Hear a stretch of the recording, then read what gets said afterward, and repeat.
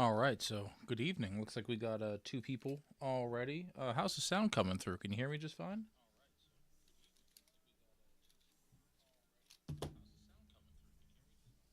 Oh, we don't want monitor.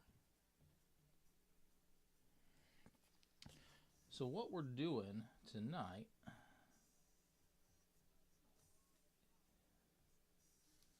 This is the analog board on a Mac Plus. That's been giving me some issues. So we're gonna go through, recap it. Also check the connections on it as well, since those are prone to failure. Do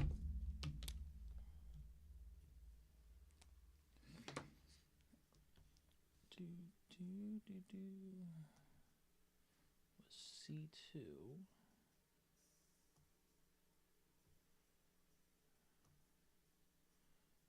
And C3 is 220 16 volts. Now, I wasn't planning on doing this, so none of my capacitors are in any sort of order. 220 16 volts. All right, and that is 3. There you are.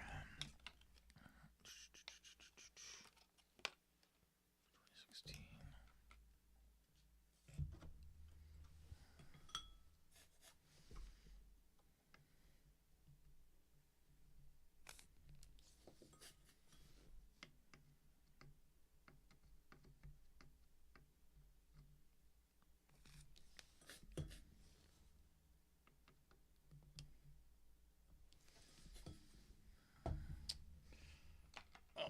One thing I probably should do, got to put this out on the socials, right? How's people going to know?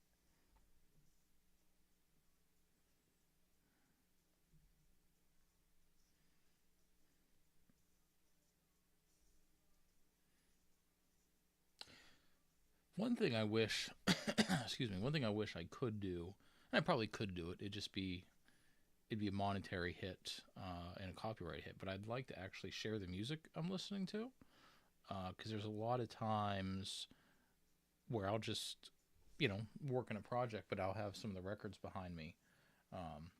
It'd be kind of really cool to share that with you. But if you want, if you want to listen along at home, we got, what do we got here?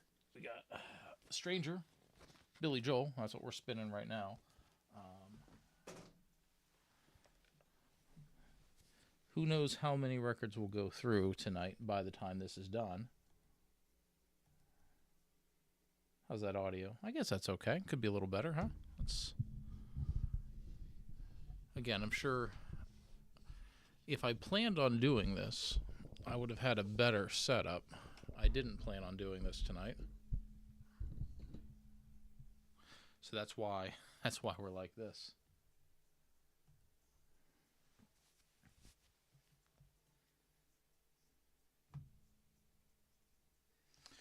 All right, where were we? C3.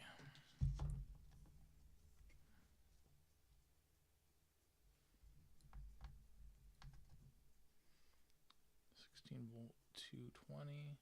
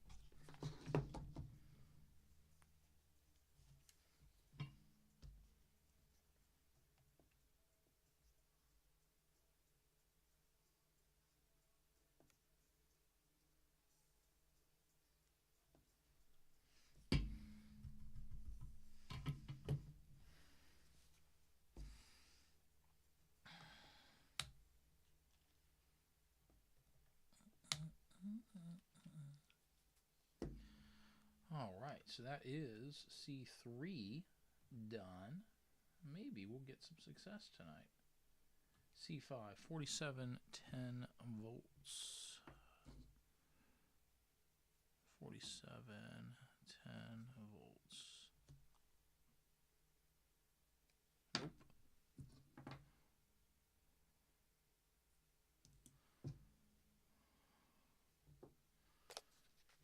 C5. I sunk my battleship. C5, there you are. 10 volts, 4.7.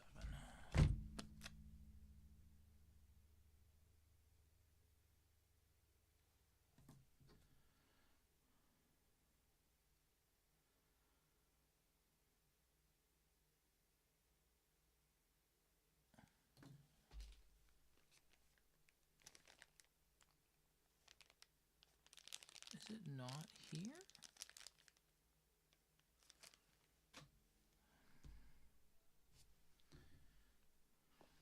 Oh no, where did that go?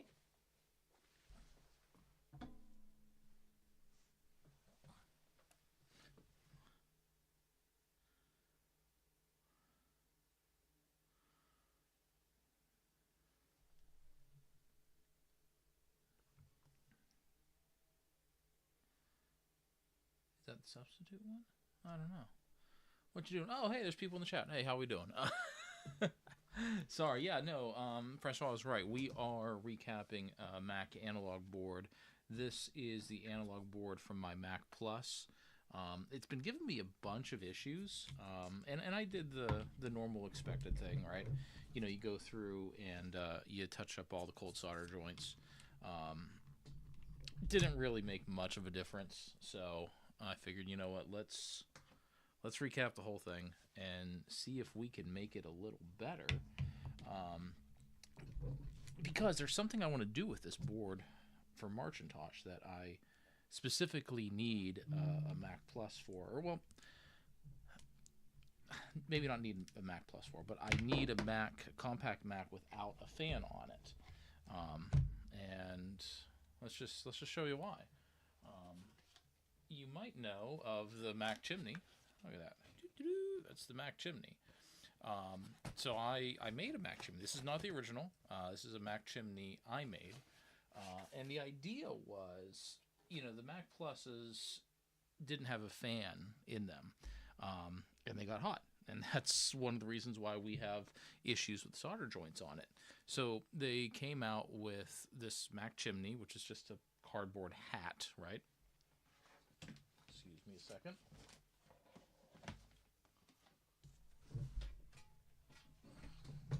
But the idea was it would use convection and, you know, the chimney cycles, because chimneys work, right, to remove heat from the board. Whether or not it worked, I really don't know.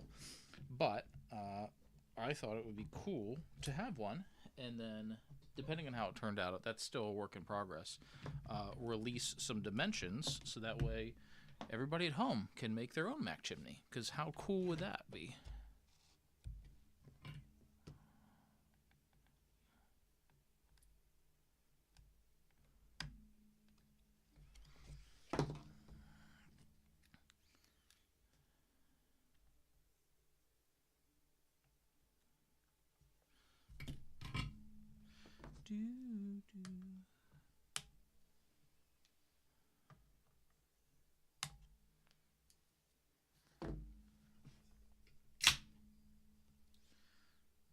All right.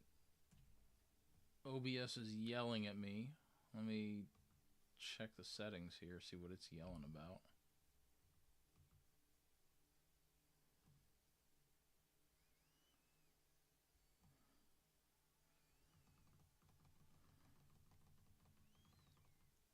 Let's try that.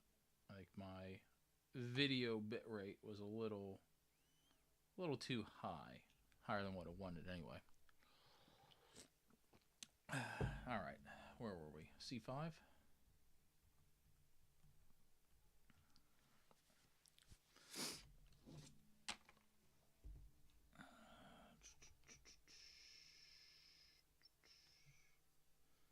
C11, 33 and 16.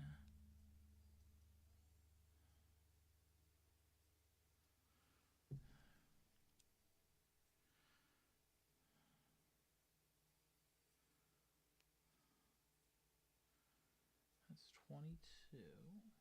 C6.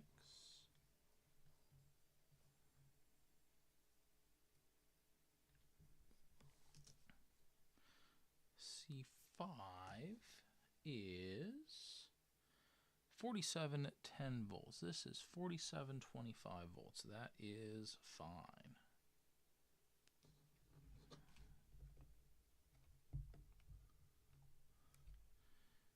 And negative is up. All right. Hey, Chad, how you doing? Thanks for stopping by tonight.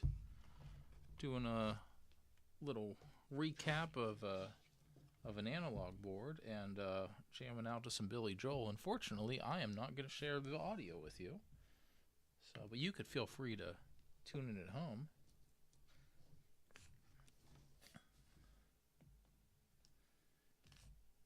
People in the streets, our old familiar face, you and I, face to face.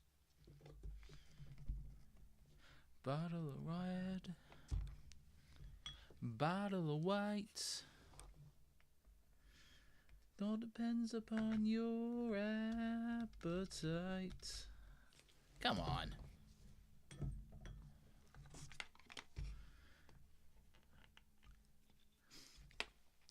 There is, I forget the name of it. I think it is, hey Jack, how you doing? So I have Scenes from Italian Restaurant playing right now, one of my all-time Billy Joel favorites. And there is, what was it? Dad Band. I just found them randomly on YouTube. So like they do covers. They've been doing a lot of Billy Joel, and they had Weird Al on it. But their cover of Scenes from Italian Restaurant is really good, like really, really good. It's been a go-to when I'm driving just to listen to it. But realistically, any cover of Billy Joel is pretty good.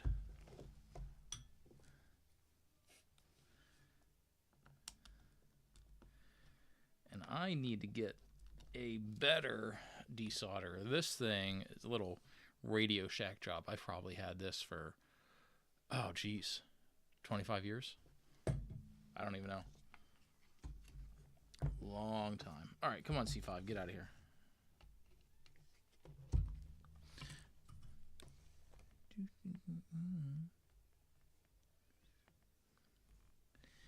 And these, once they got them in, they kind of bent the leads a little bit, and I'm really afraid of lifting anything. Yeah, Jack, I like this, man.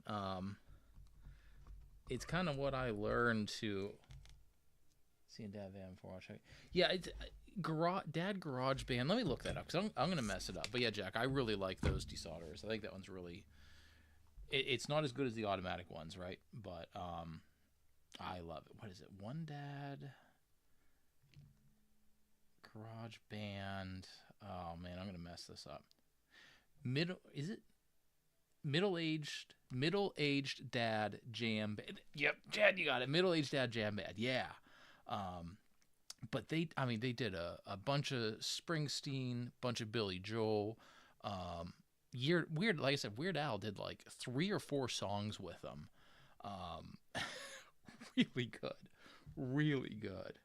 That's kind of what it is, right? It's all middle-aged dads. There we go. Whoa, whoa.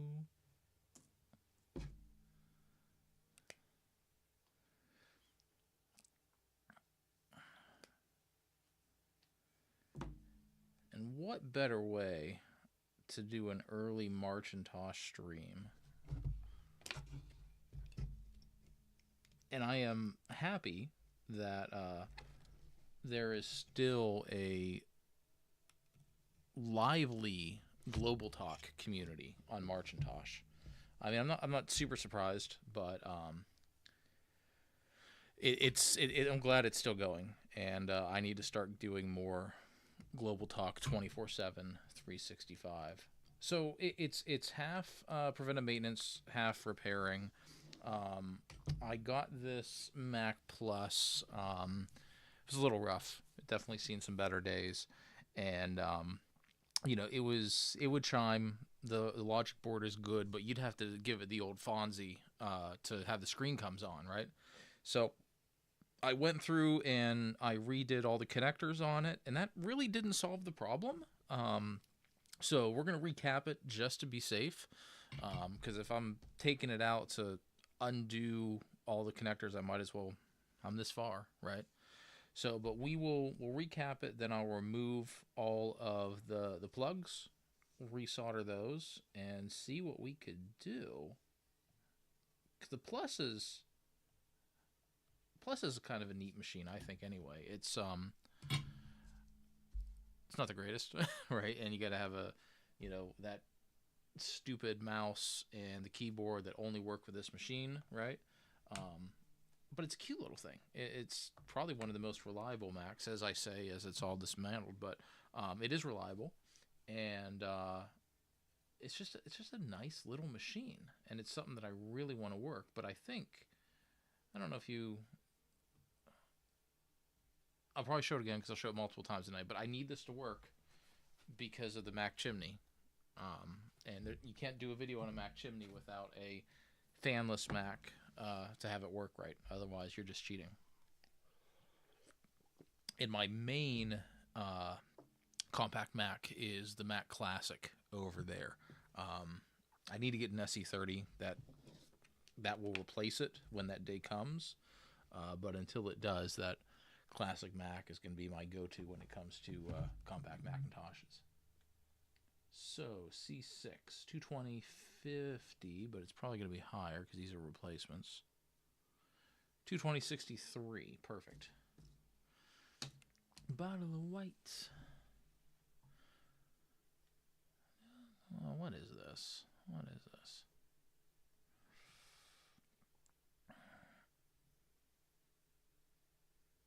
Oh, okay. 8:30, still dealing with work.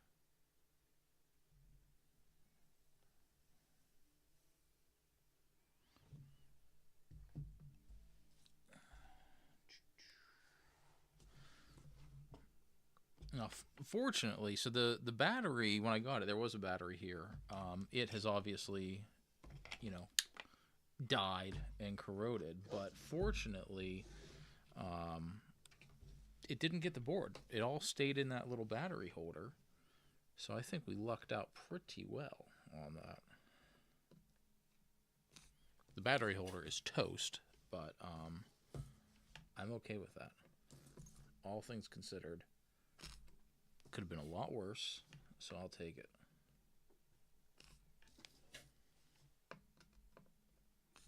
Oh, is it time to flip? Oh, it's time to flip the record, everybody.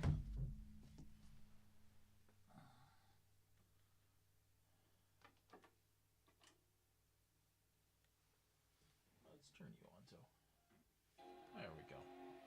There we go. We'll turn it on. Okay. C6.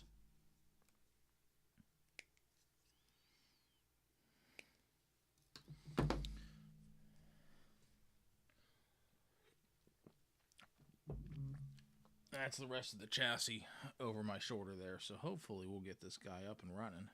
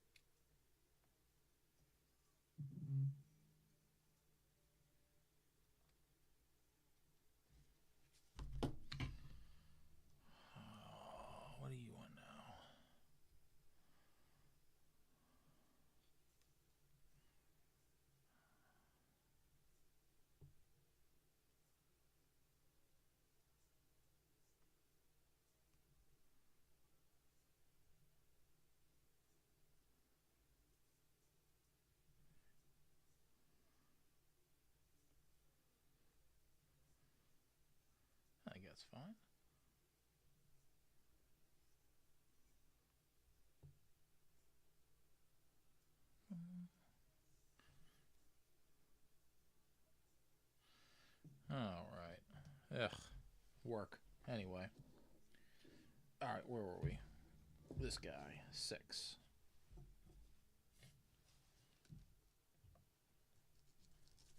Vienna waits for you.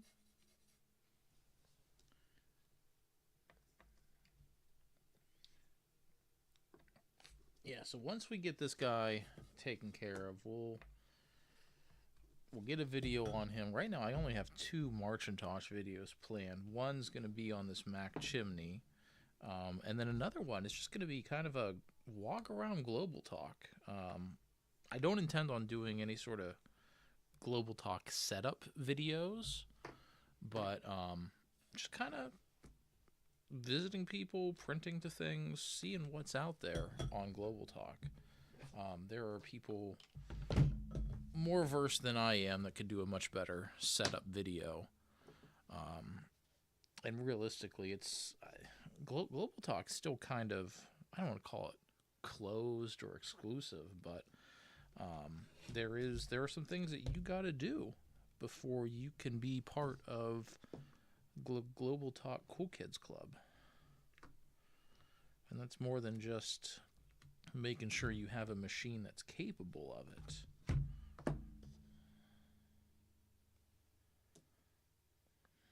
Yeah, there's some really good guides that have come out this year. Oh, did that guy leak a little bit? Yeah, I guess you did. Some really good guides coming out this year on how to get Global Talk up and running on real hardware and emulated. My Global Talk, or was that you? Somebody beeped. I think it was you. That's all right. We'll go there. One thing I want to do soon is actually work on Global Talk emulation with QEMU, and have a everyday Global Talk network. Because right now I just bust out my LC for March, and then it goes back in the corner where it deserves to be. But yeah, it'd be kind of cool to have a modern emulated machine running all the time, because there's a lot of really exciting things happening in the Global Talk realm. And a lot of it is with HyperCard or just games or anything. It's really awesome. It is really cool to see what people are able to do with an obsolete networking infrastructure.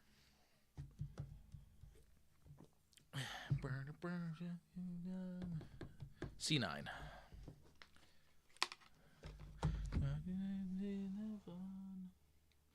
Only the good die young.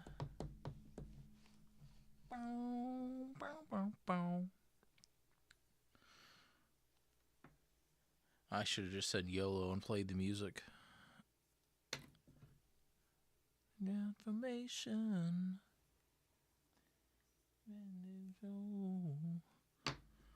House of gold. Inspiration. 16010. There you go. What are you? C9. Where's that at? Wait. I say wait. Die with the saints. And it's much more fun. Only the good die young. Come on.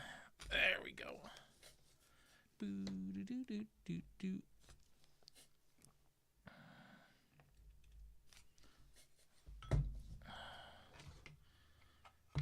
So if this is only the good die young, we're almost done with this, aren't we? Oh no, we still got time. Vienna, only the good die young. She's always a woman. That's another good one. Get it right the first time. Everybody has a dream.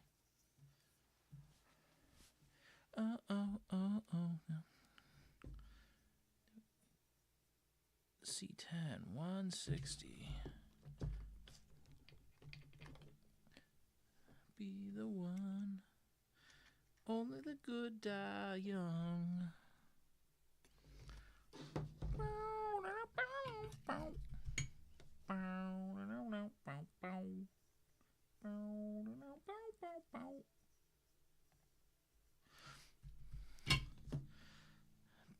boop, boop. Boop, boop, boop. Boo, doo, doo, doo, doo. Boop, boop, boop. Boo, doo, doo, doo, doo. Boo, doo,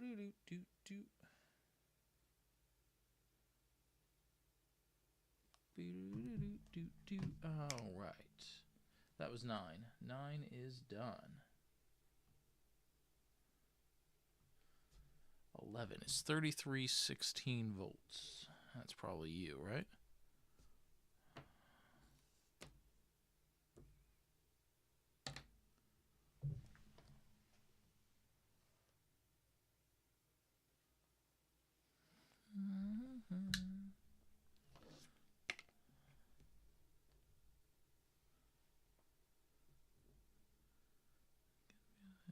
You're only a woman to me.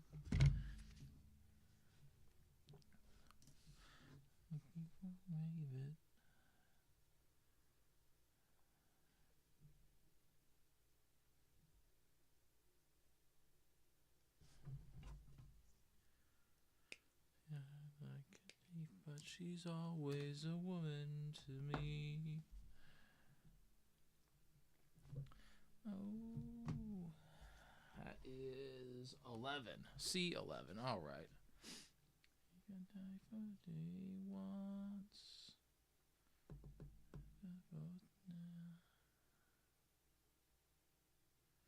Whoa.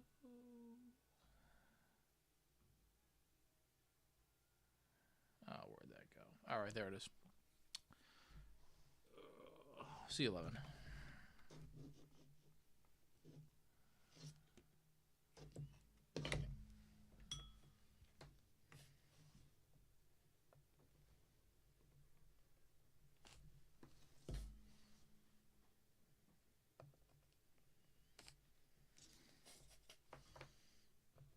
She's always a woman to me.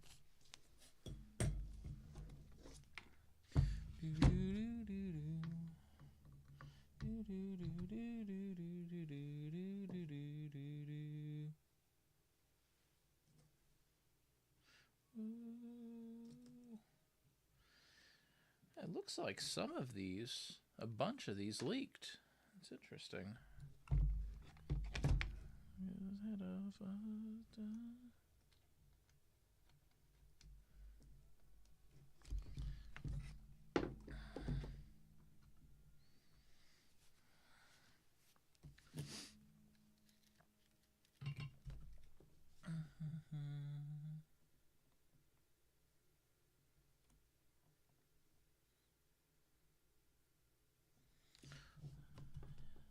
Everybody's fool. Nerdery. I always felt clever and they were she always a woman to me.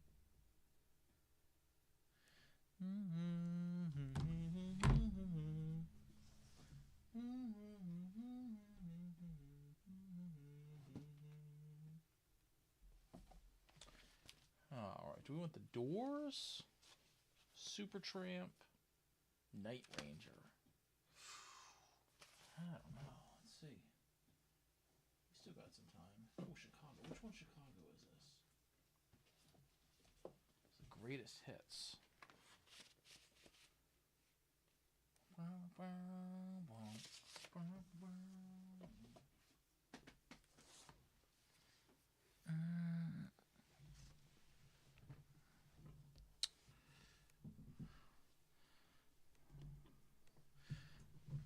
Let's see, what can we do here?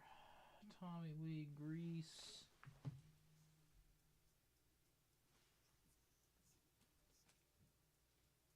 Oh, let's do.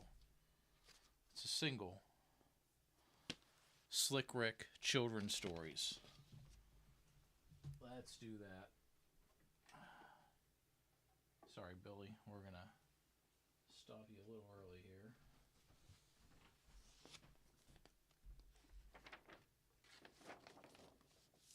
There we go. And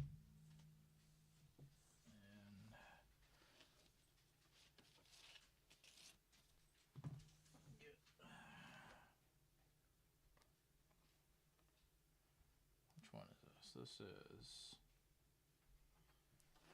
stereo. Okay.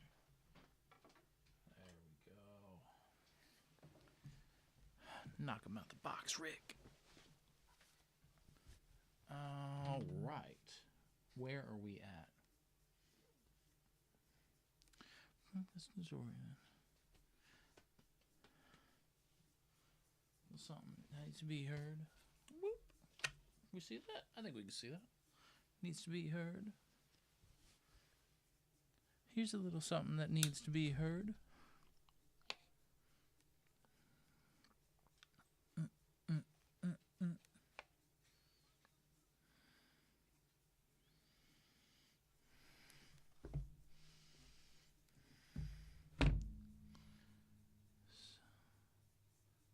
3340. 316.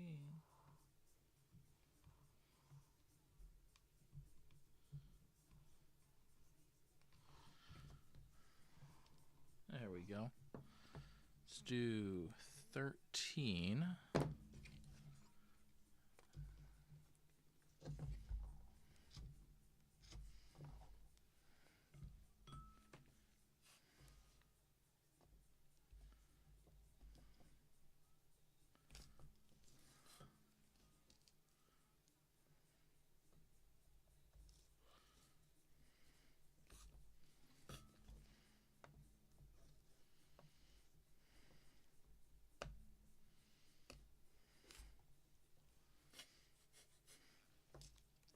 Knock him out the box, Rick. Knock him out. Knock him out the box, Rick. Knock him out. Knock him out the box, Rick. Knock him out.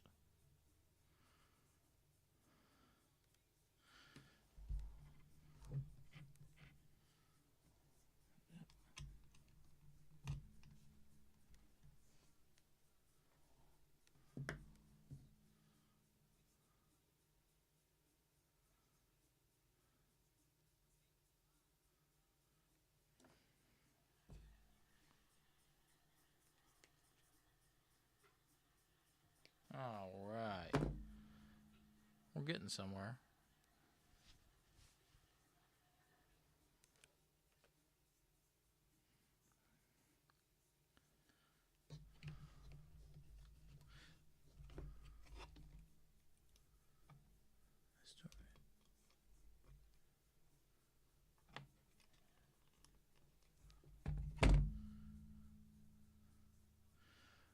All right, so looks like we're getting a couple more people joining in. So we are recapping this analog board for a Mac Plus, and what you don't hear is some slick Rick going through the headphones.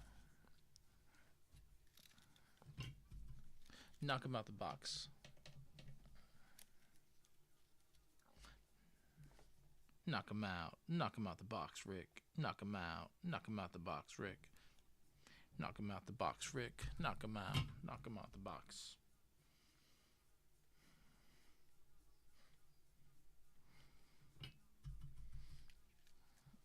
Knock him out the box, Rick. Knock him out. Knock him out the box, Rick. Knock him out.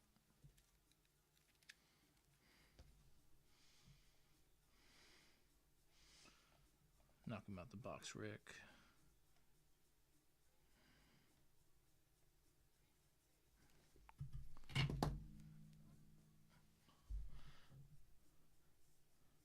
Everything's alright.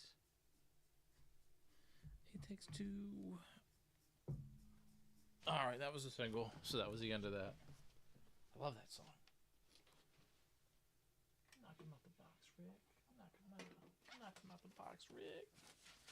Alright, what do we got next? No. Ooh, let's do.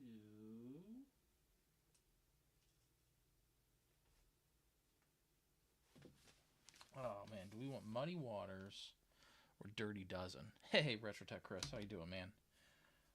Let's do Muddy Waters. I love me some Muddy Waters. All right, so this is actually really cool. This is a newer 180 gram from Music on Vinyl. see if I can not mess this up getting out of here. Ooh.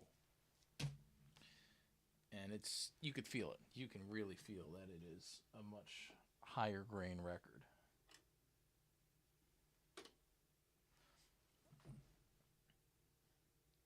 Windows 95 machine on Global Talk. That'd be interesting, because there was a lot of Apple Talk over for that. So, what lower? There we go. So, Apple Talk being a networking standard, it wasn't just for Macintosh or Apple computers. So you can get it on IBM's or Windows machines, everything else. So that's interesting, Chris. Are you going to do a guide, a walkthrough when you get that through? I am still having issue. Well, that issue I posted, Chris, that Windows 10 machine does not want to play. So what I'm going to do is I'm actually going to try to pick up like an Intel NUC, do a brand new install of Windows 10 on that, and see if that could be just a dedicated 24/7 Global Talk machine. AIM, because I'm on AIM, right? I did a video on how you can get AIM working today, AOL Instant Messenger. So it'd be nice to have the machine always running, and that way I can log into it. So I'm probably going to take you up on that screen share, but I think I'll do that once I get the NUC up and running, because right now that was a fresh install on my T430, my backup laptop. Fresh install, but that machine's always been a little funky. I don't know why. And realistically, that machine would not have been the best to have 24/7 operation. Where's the mouse? There's the mouse. Let's get this over here.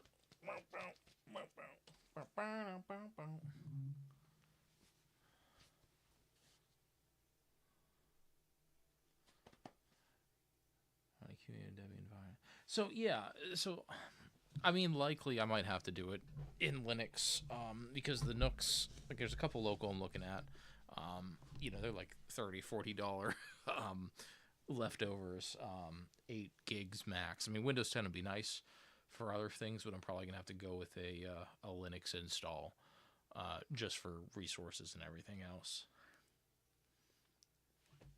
Okay, let's go C14 2250. C14, there you are. I bet it's you.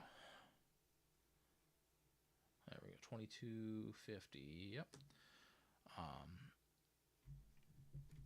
So we got Muddy Waters playing in the background right now, and other than the fact that I just love Muddy Waters, it reminds me when I was stationed down in Charleston, South Carolina. There was a barbecue place we'd go to that just always played Muddy Waters. It's like all they played. Fitting, very fitting. But it was good. It was good. Love that. Get some Muddy Waters, some barbecue. What could you want more?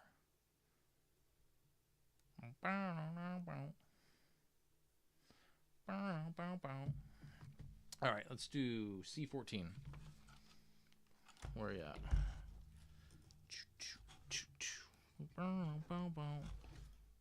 And we got these two there, and you are on the bottom. This is probably not the right one, but that's fine.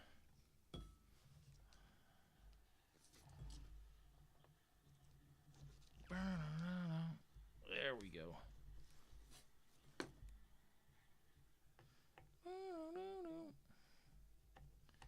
Come on, do not lift the pads. Okay. No pads were lifted.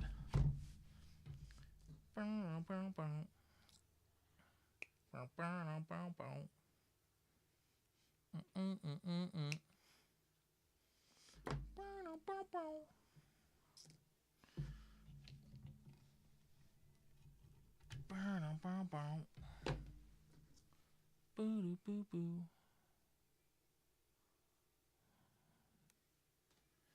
All right. A lot of leakage on this board. And I guess I'm not terribly surprised, but...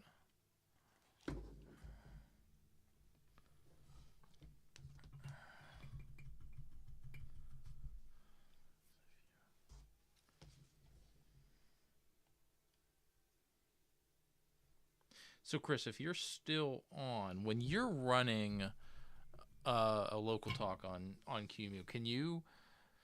So I know it runs in a window, right, because it's its own program.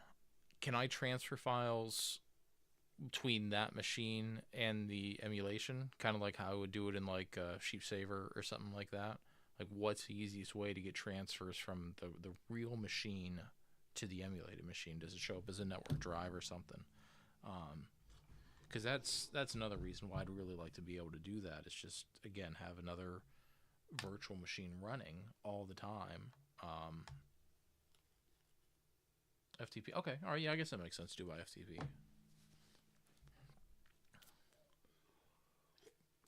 Because the way I envision this setup, right, is it would just live on a NUC 24/7 along with other things I need, but I would just throw it in a corner, so it'd be a headless machine, and then I would just remote into it and do what I need to do.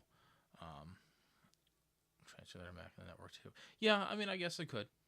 I mean, it is on Global Talk, so I could transfer that. Probably be a lot quicker too, wouldn't it?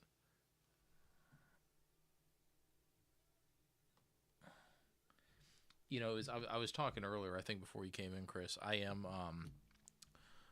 very, very happy and surprised a little bit of how Global Talk has taken off. Yeah, VNC mode, yeah, that's exactly what I want to do, right? Throw it in a corner, go in VNC, and then dial in there when we need to. But I just love how Global Talk has taken off and kind of turned into its own little community. Because, and for anybody watching who isn't familiar with Global Talk, it uses the AppleTalk standard on older Macs, right? So really the sweet spot is like OS 7.1 to 7.6. I don't think you could go any, like, 9 you can't do, 8 you can't do because AIR, Apple Internet Router, doesn't work on it. But, you know, it's a very select set of Macintoshes that can use it. It is not incredibly open, so, like, you just couldn't pull out an old Mac and log. There are things you have to do. There's setup you have to do. You got to get accepted to this master spreadsheet and all these other things. So it is kind of controlled, right? In a good way, right? But it's just, I love how much people have turned this into its own living community. There's, I think it was Eric from Eric's Edge that built a chat client. It was a HyperStack. Everything's HyperStack with Eric, which is great. But you have that. You know, I can go on. I can print to people's printers. They can print to my printer once I get that connected and everything. It's just a really, really cool community, and it's interesting in a way because it's no big deal now to have this machine go on the internet and get files and download things. That is normal, but it is really cool. I get excited. So every morning, my LC's over here. Every morning before I go to work, I just turn the monitor on and I look and see if anybody stopped by and dropped files off, right? And it's really cool. It's really cool to see if somebody from somewhere in the world, I want to use the word dialed in, but that's not the right terminology, just accessed my Mac here, dropped a file off, and then you got to return the favor, right? It's just a really slick community that has grown out of this, and I absolutely love it. I absolutely do. Okay, 39, 47, and 10.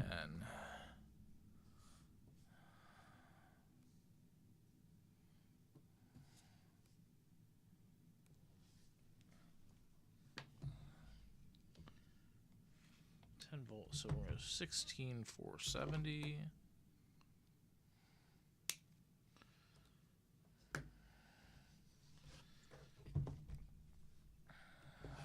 Okay. Ooh, that is getting hot. I'm gonna have to give this a little break here.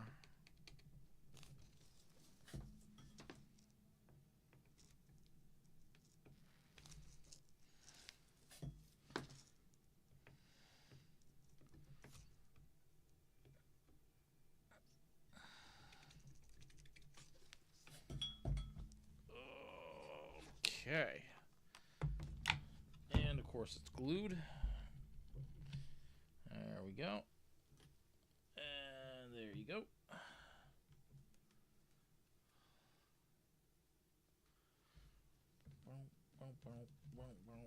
Let's put that knob somewhere before I lose it.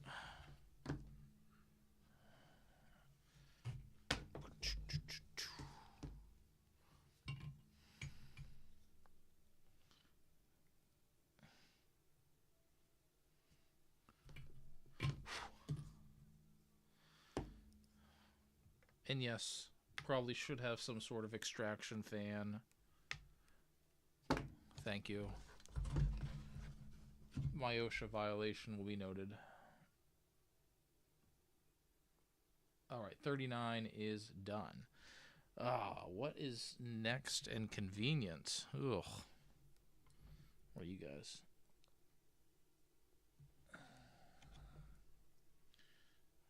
36, 100, 200. Is that you?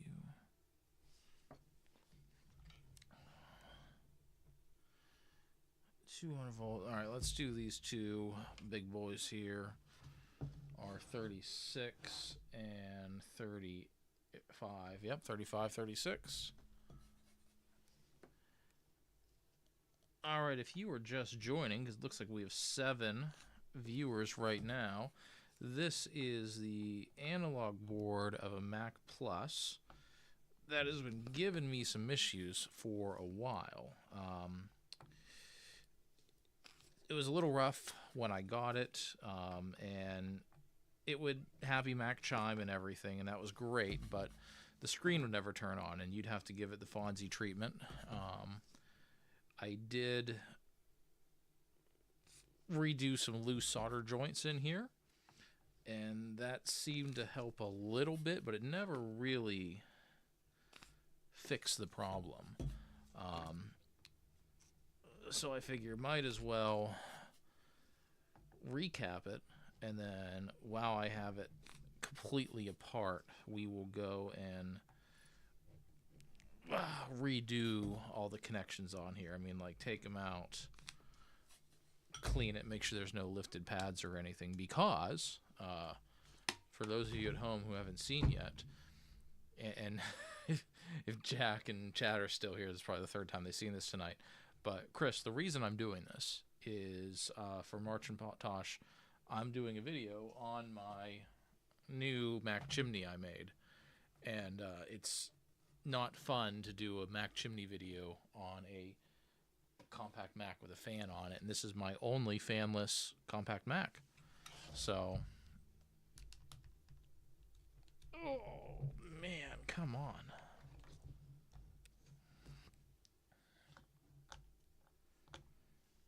Do not mess these traces up. I'm going to mess these traces up.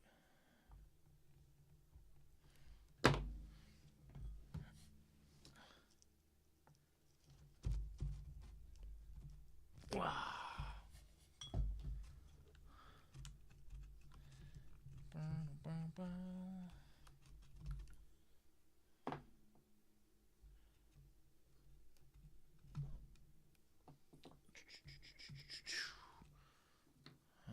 Okay. This guy. That guy.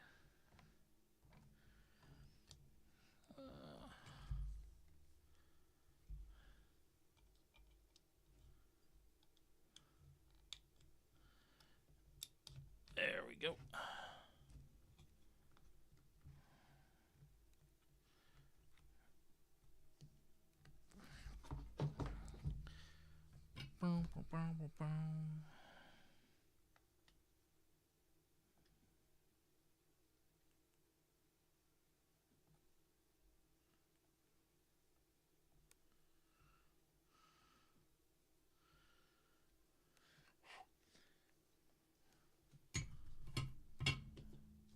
It's going a little quicker than what I thought it would.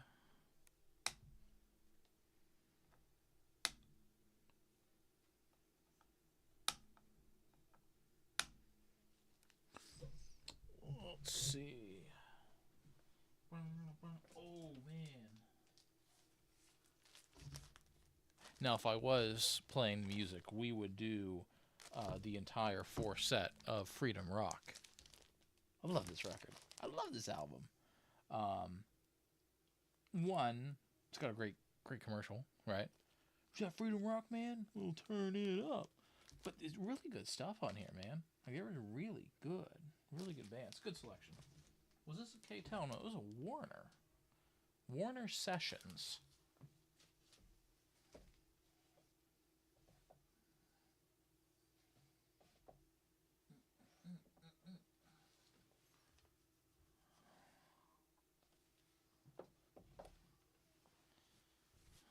All right, so we have, what were those, 35, 36?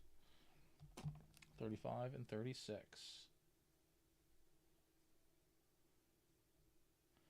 All right, let's cross those off. 35 is done. 36 is done. Where's 38? Yeah. 26, 25. And they glued some of this shit down. What are you? 16 volts, 220. Should be a bigger one, right? 16 volts, 220. There we go.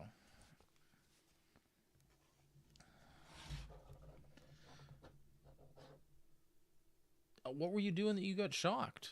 You weren't messing with a CRT, were you? Hopefully you're okay.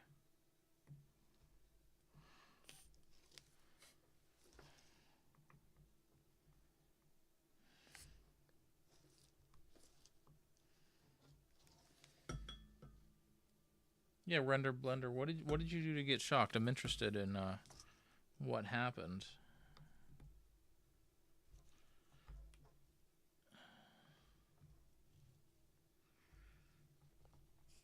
And while we're talking about shocking, let me show off, if I can find it,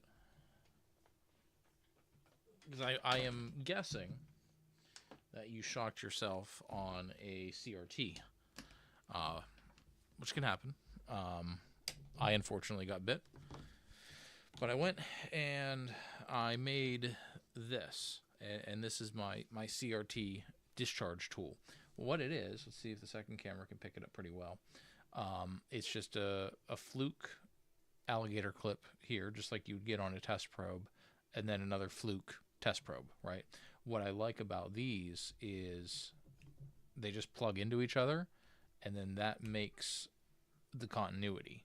And I mean, you know, they are test leads, so I mean, this is up to 1,000 volts, category 2, 6,000 category 4. Same thing on this one, right? Yeah, same ratings on that one. So this is a really nice tool, because then I can get the alligator clip, not on that, right? But if I did, it can ground on, and I know it'd be grounded good, and then I can stick this in on the anode cap and discharge it. I've been using these for a long time. Really like these. And yeah, I mean, there are professional ones that you can buy, old stock.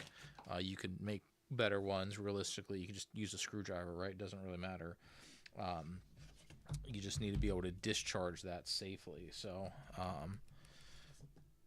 yeah, Render, I'd be curious on what you shocked yourself on. Hopefully it's not too bad, and more importantly, hopefully you learned what happened so it won't happen in the future.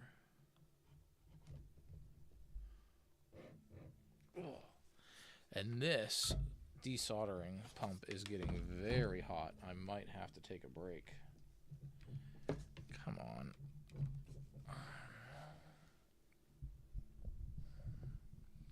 too active here. The mic's bouncing around.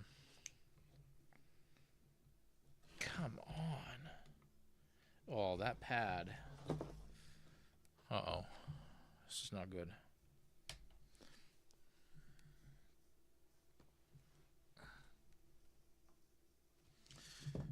Alright, so we got a loose pad.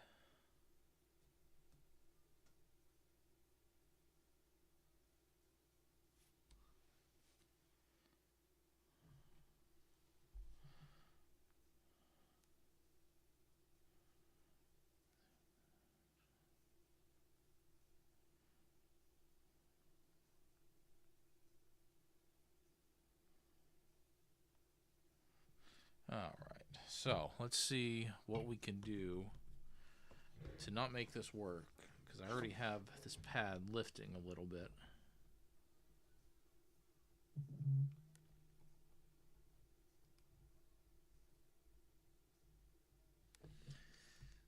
Come on.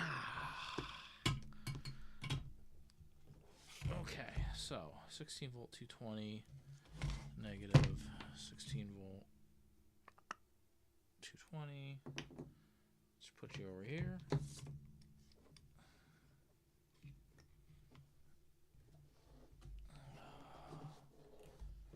Alright, what is going on here? Alright. Alright, so can we get this back on the pad?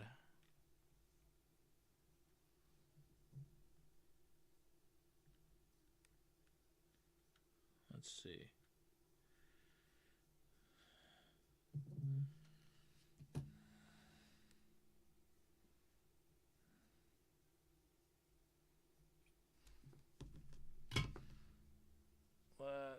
What is going on here?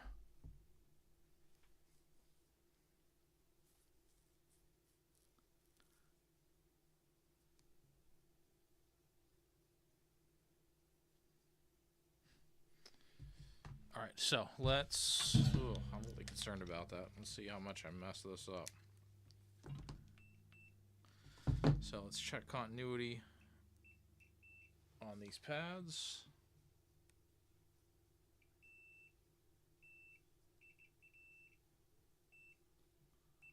Alright, that's more than good. Let's check this one.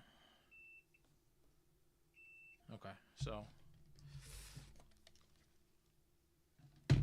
that's probably good.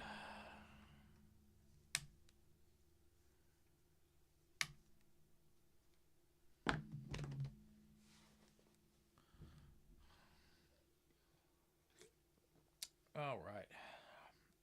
Which one was that? Cross it off my list here.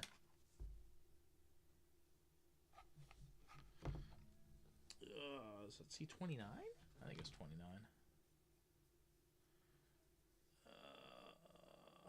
All right. Oh, so which ones are these? What is this guy? Oh, that is our Rifa. But which Rifa is it? 395K.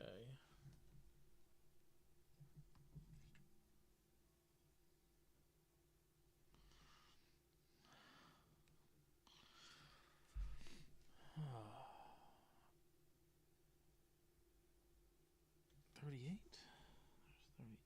32.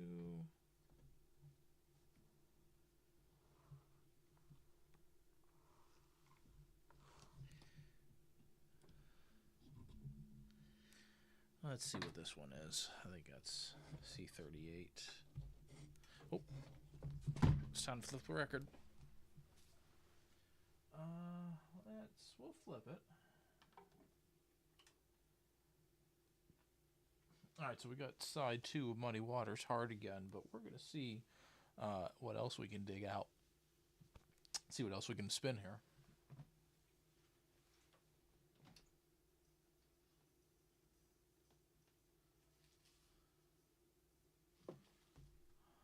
Jonah Jet.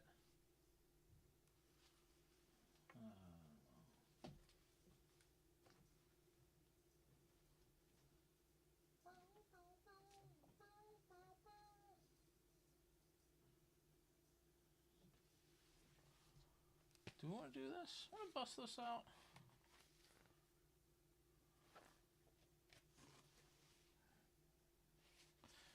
maybe this is my Rolling Stone sticky finger sans zipper. We'll put it in the smaller one there.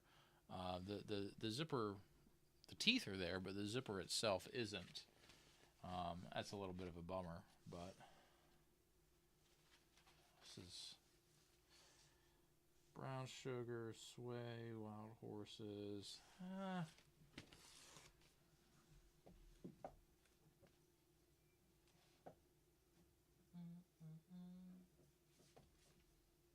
Oh, you know what? This is going to be interesting. Firefall. I love this. I love this album. I really love the best of Firefall. And we're going to do it now. We're going to end Muddy Waters a little soon.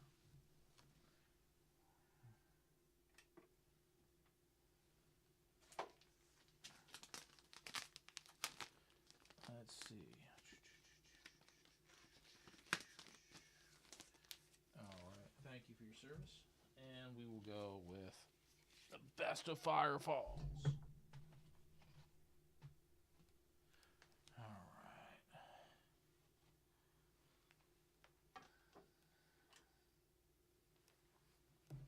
I love that song. Love that. Because it starts off with "You Are the Woman." Really classy. You are the woman that I always dreamed of. I knew it from the start.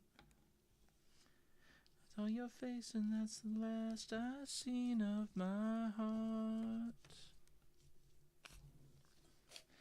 Too much to think to say to me, not the clings you woo. It's not the way that goes to me. Okay. Let's see if I jack that pad up too.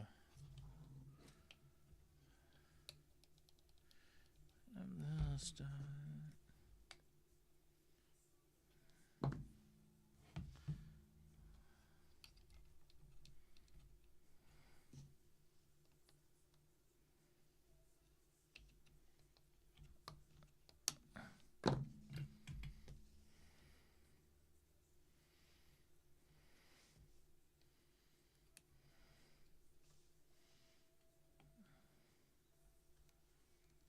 Do not mess the pads up.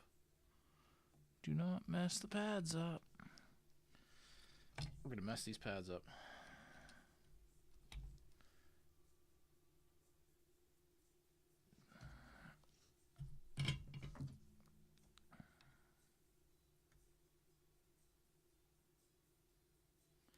Is that the same? We're going to put that aside. I mean, I trust the kit.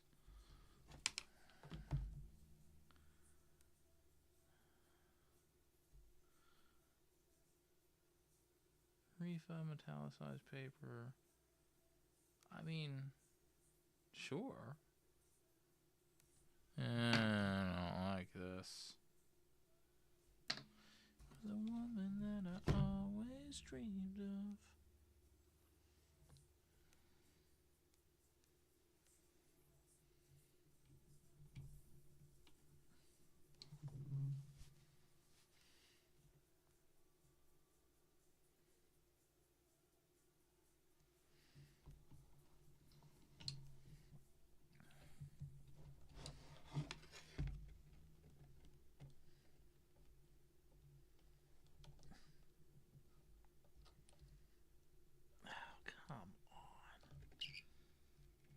Never gonna get this in here.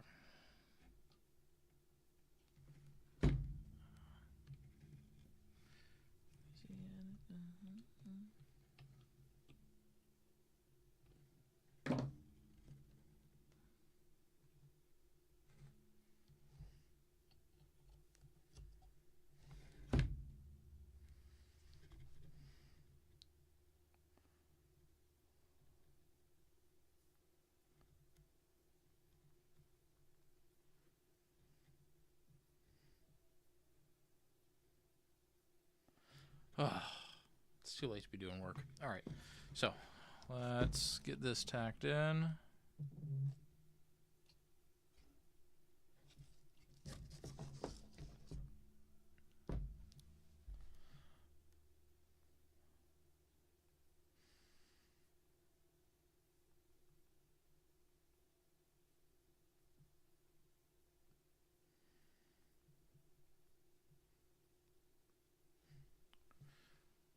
my audio setup is not that great.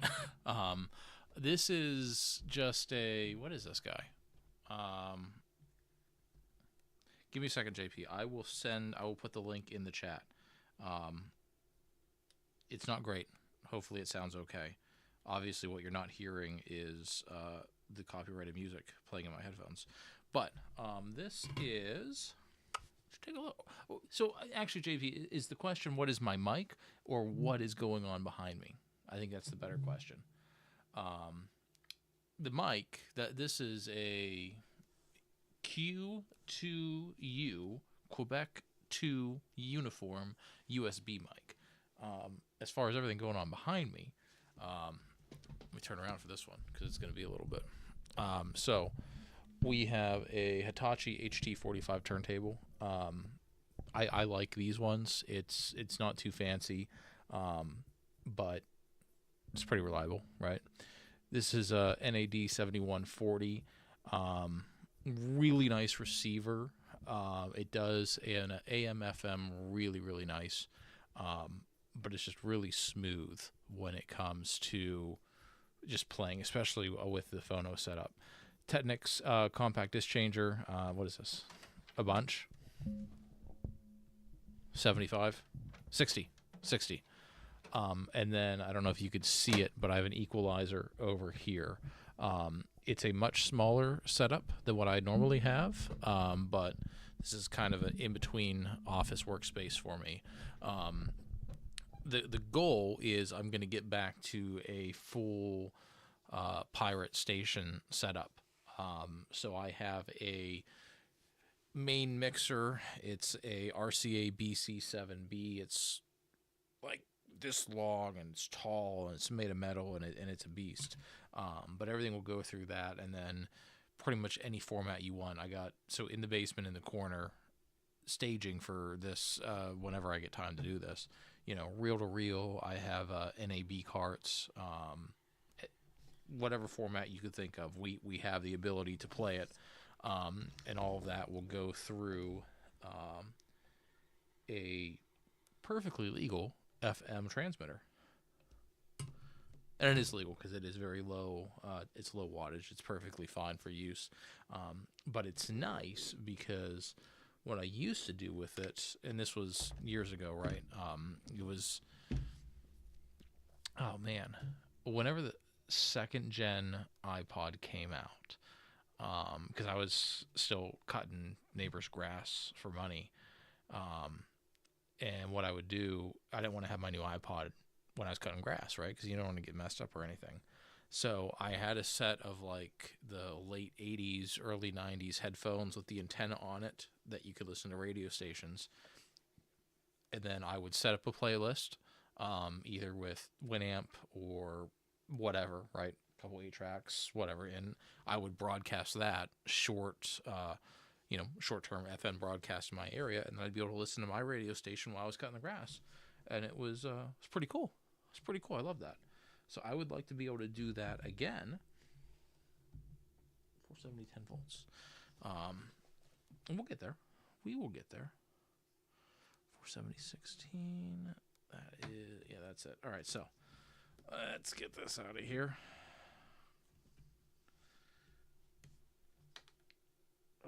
More texts. What is going on?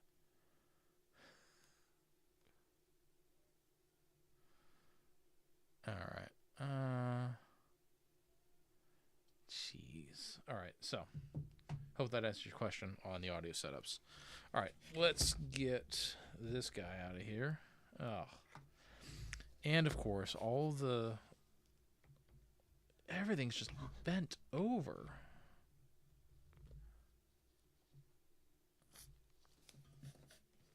Cry to me.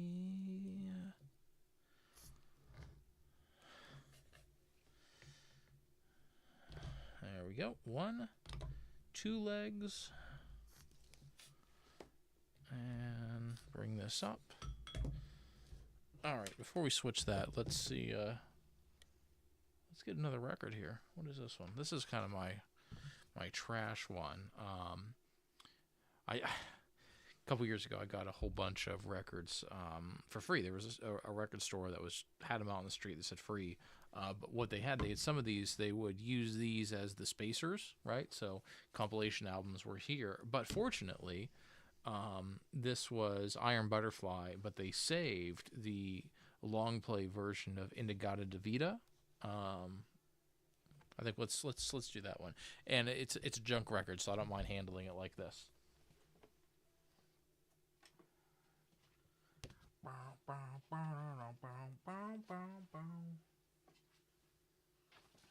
Oh no. He touched the records with his fingers. Yes, I touched it with my fingers. There are records that are meant to be Beyblade, and there are records that are meant to be gloved, and then there are records that are meant to be loved and played. And that's most of my records.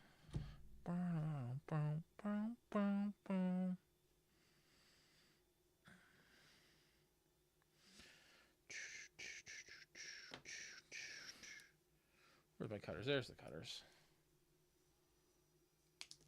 In the garden of Vida, honey, you know that I love you. In the garden of Vida, baby. Man, there was a time where I was always spinning this or Frampton Comes Alive, and I'd actually rotate between the 8-track of Frampton Comes Alive and the record.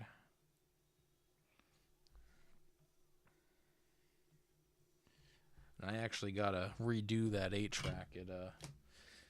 It ate itself, so we'll have to go and fix that one later.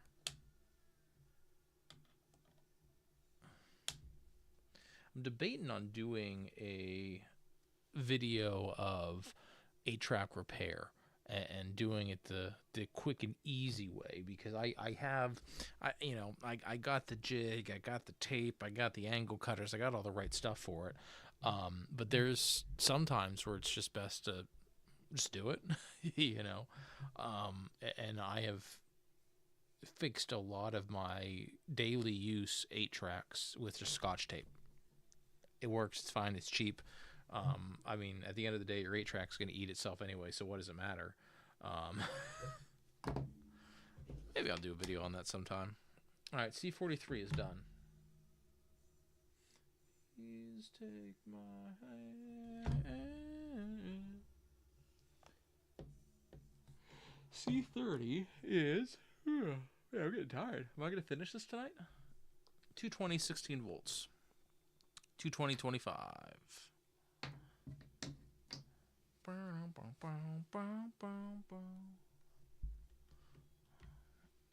Okay, and of course they glued it on both sides. Okay.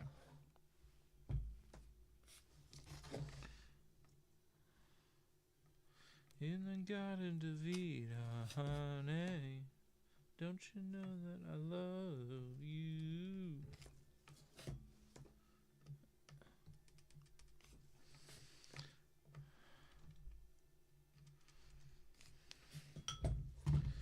All right, so, man,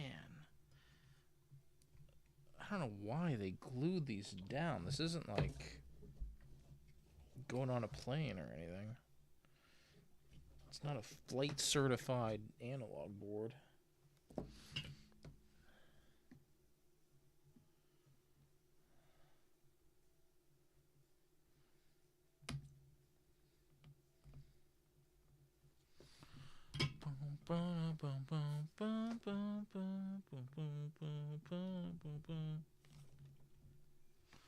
In the garden of Vida, honey, don't you know that I love... Son of a bitch.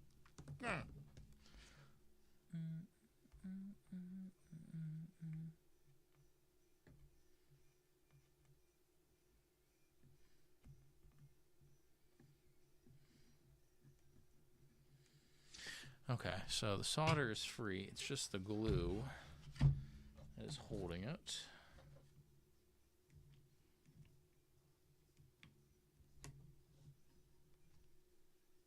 Okay. cut that diode.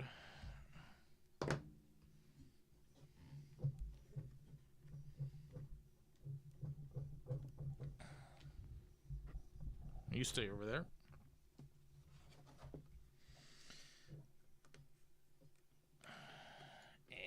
And almost out. Okay, C30. That was 16 220, 25 220s, and yeah, we'll make that work. Uh-oh. Did I just bust that other one?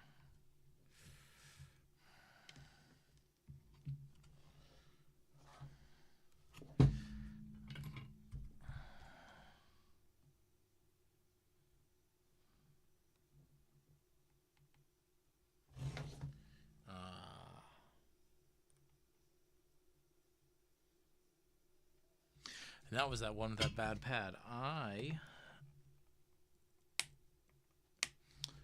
busted that. So let's check continuity again.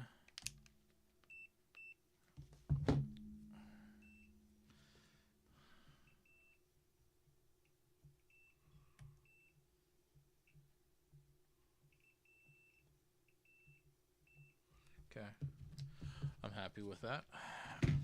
Let's get this guy in.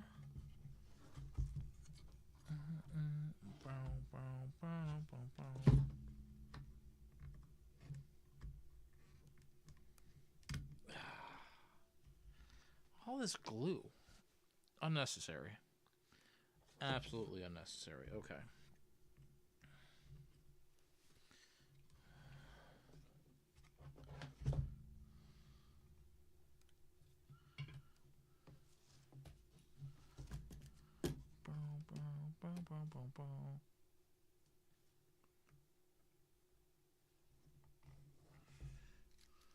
Okay, let's tag it in.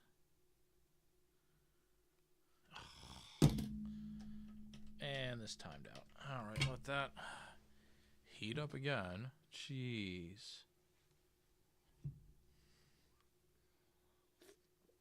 Hey, Francois. Yeah, I know, it's not the most exciting stream in the world, right?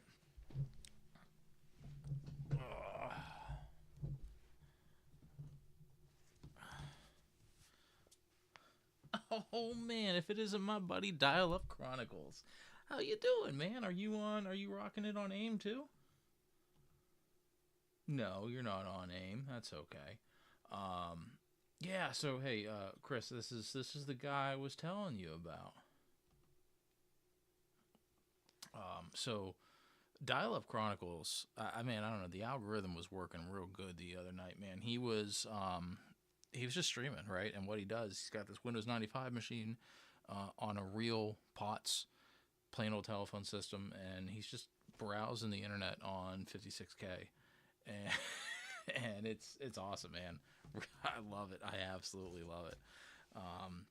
And surprisingly, the coolest thing about it is, and what caught my attention was he had AIM running, and I run AIM using the Phoenix server, and I did a video on it talking about the pros and cons of Phoenix AIM.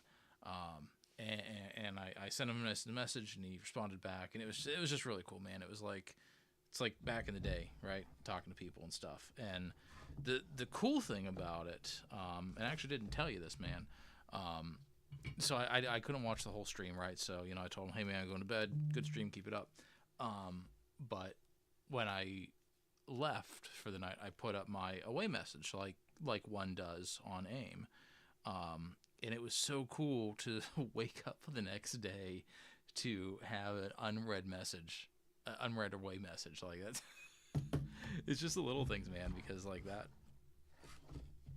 was common. That was very commonplace. So hey, glad you swung by to take a look at what we're doing. So this is a Mac Plus analog board that we are recapping and gonna reflow some solder joints on. Hopefully get some life out of it again. Because I need a fanless compact Mac for a video I'm working on for Marcintosh. Chris, what do you need? What do you need to test? You just need somebody to check out the server, or just dial into you. Let me know. I mean, if it's not too taxing, I could switch over. I mean, my LC is right over here, so I can give you a visit and see what you need. All right, so that is C30. So that one is done. Compaq Armada 1700 shows up on RTC. Okay, so we will take a look at that right now. We're gonna shift over here.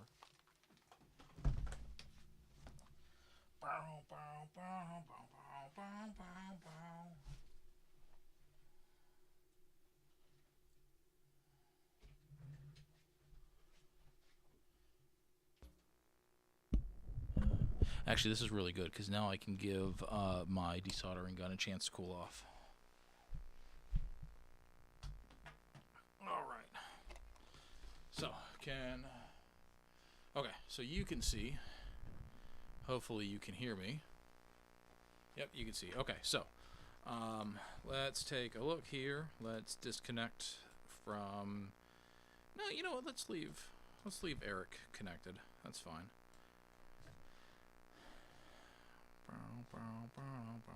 Chooser. All right. So those of you watching at home, this is a Mac LC on Global Talk, and Global Talk is a world network of aging. Oh, there you are. Look at that, Chris. Compaq Armada 1700. Boom. We're gonna Global Talk a Mac to a Windows machine. Okay, so right now what is happening? Let's make sure everybody at home can see. So we are going Compaq Armada 700. Yep, there it is, the Dropbox. We're going to do okay. So right now my LC is connecting to Chris's Armada. Oh, what is this? Yep, there we go. Welcome to my Compaq Armada 1700 running Windows 95. Boo, Windows. Close the chooser. Open up Dropbox. And to prove I was here. And here we go. World time transfer. My QSL to Chris's Windows 95 machine. Give it a second. They're old.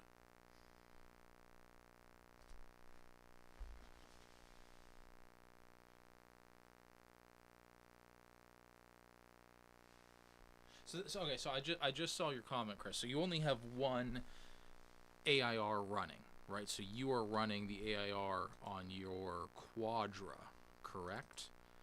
And then this is just what, just for the ride? How do you have this set up?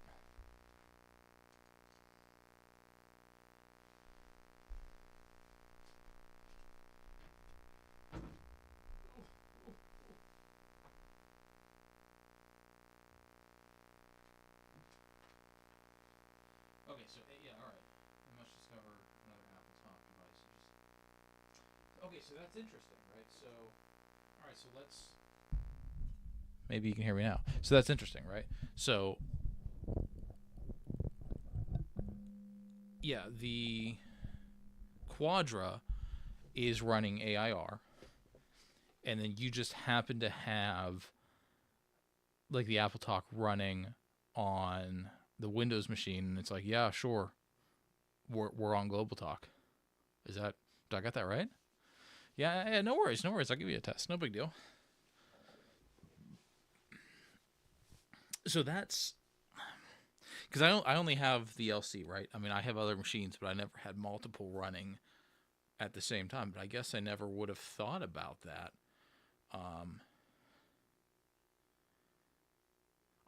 I would have thought. Oh, I got to plug my stuff back in. I would have thought that you would have had had AIR running on each machine. Huh. I mean, obviously it works, so I'm not going to question it. But that is really cool.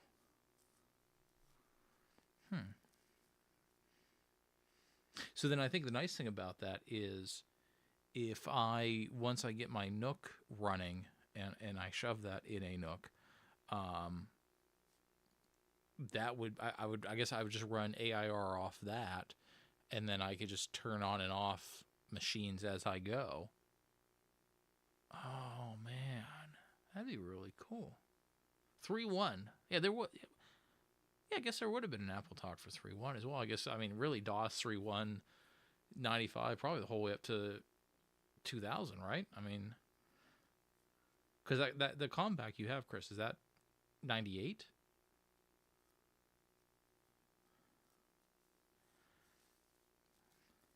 Hmm. There's one for Win2K. Wow. It's interesting that you can get AI. Okay, not 98. All right.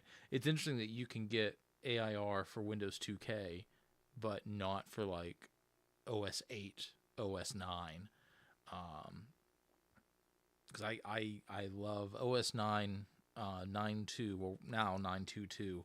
My absolute favorite operating system. Absolutely love that. PC MacLan file server. Wow. Huh.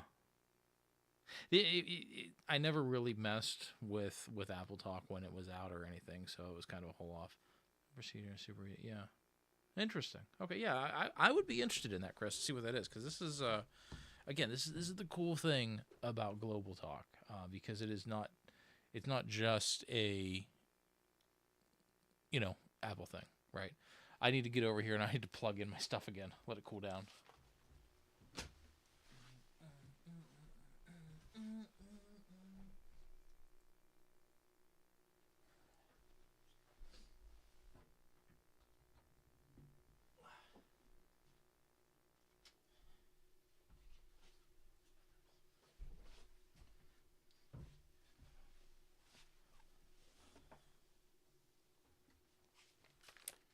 Okay, so Chris, here's the other question. Can I print to your Panasonic from my LC? Because if that, you could probably, on that compact, okay, funny enough, I couldn't install this under Windows 98, had to be 95. Yeah, because so think about that, Chris, right? As long as that machine, as long as you could share printers on the Windows client, which I'm sure you can, what's stopping me from printing to it? Now, I would have to look in the chooser and see what it, because it's not going to show up as an image writer or anything. Or would it? Would it even know? Are there Well, but do I need the driver though? I don't think I. Well, maybe, because if I'm printing to like Steve's image writer, hold my beer, right? Okay, so let's think about this. When I print to Steve's image writer, I go on Chooser and I pick image writer and I go from there. But my machine is telling his to print. Ooh. This is interesting. Because I would assume that on back in the day, right, the whole point of this would be to have a Windows machine and all of the Windows accoutrements on an Apple Talk network. So why wouldn't you be able to share? You're hooking it up now. Outstanding. Let me know when you're done, and I'll take a look and see what I'd even print to. I would so once you hook it up, I would be curious in the Windows client version of Apple Talk, right? What do printers look like? How does that come across? I don't think it would be. Maybe an image writer would work because of how simple it is. I mean, it is just print. Okay, let me know when that's done, Chris. I really want to try this.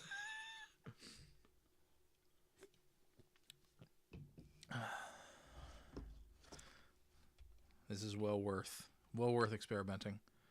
I'm not sure many people have done this on the Global Talk Network yet.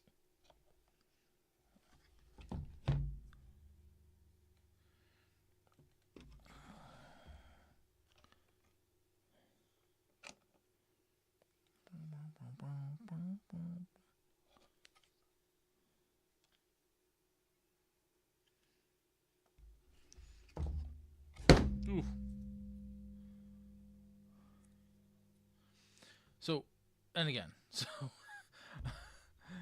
dial up if you're still here. This is kind of the cool things that we do over here. I don't even want to call it a separate side of the internet because, as far as I'm concerned, you're part of the retro computing club and doing all the cool retro things. But this is probably your introduction to Global Talk.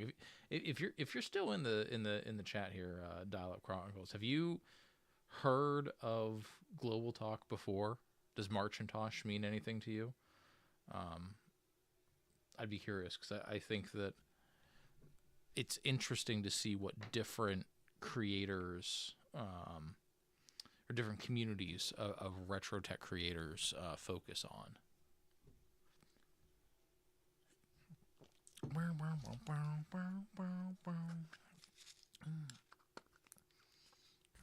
All right, so this one.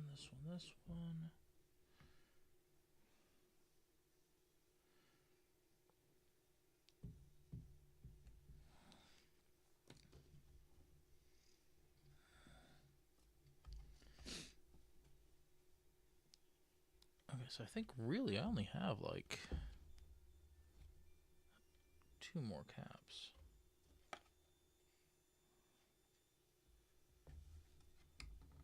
Printer support PostScript. Okay, so Chris, are you telling me you're ready to go? If you say we're ready, I'll go over and see. Ready. Okay, outstanding. Shifting.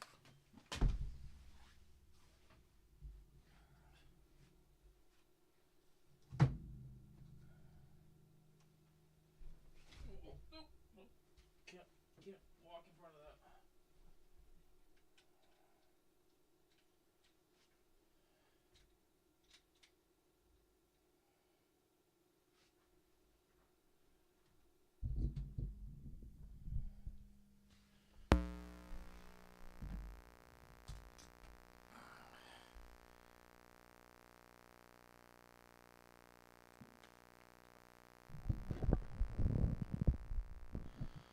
Okay, so can you see? Yeah, you can see. All right, so let's go back to the chooser.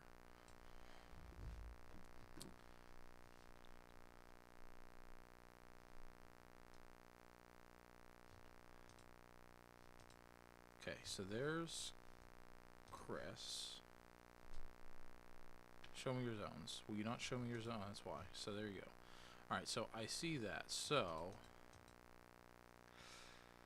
ooh, okay. Style writer, Apple personal laser writer. Okay, so I really don't see the chat, Chris. I kind of see it. So I think what I'm going to do, I am going to try. Oh, will it show anything first?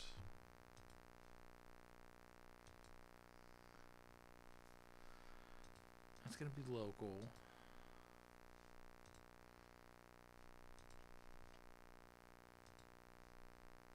Yeah, see, it's not even showing anything as a networked printer.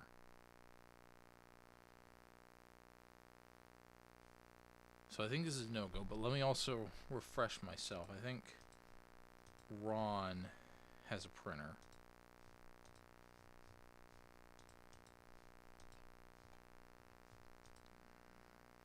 Ugh. You see it? Okay, so you said something, Chris. Give me a second. I gotta go over and look at it. Mac 84 had a printer. Because I should see it, right? Once I hit the Apple Talk. Oop, too far, too far.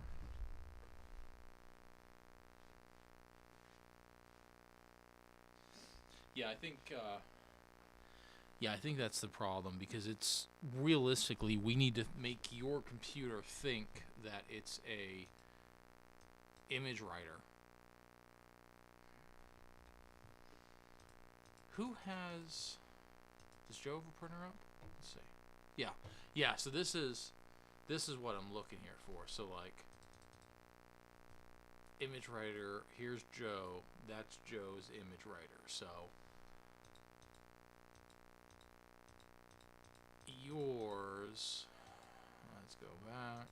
Press. Nope. Nope. Nope. Nope. Well, yeah, I don't care. I don't want to change the printers.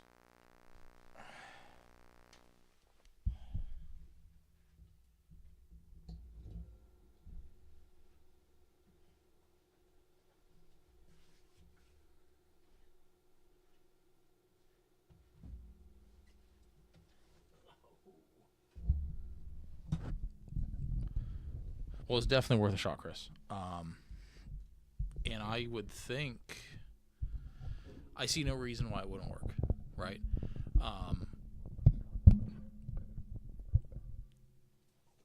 But I think the question is because in Chooser anyway, right?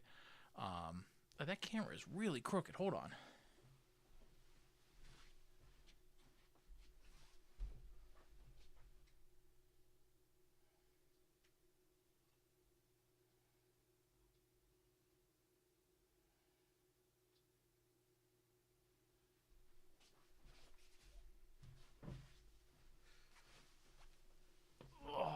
Yeah. So anyway, that's a lot better, right? Yeah, because in Chooser, really it's the image writer or style writer that I have the options to pick from. So we have to figure out a way, if it's even possible, to have that Panasonic look like it. Or maybe you're onto something though. If there were print or drivers for that Panasonic for OS 7, then it would show up in the Chooser. But is it smart enough to know that it was networked?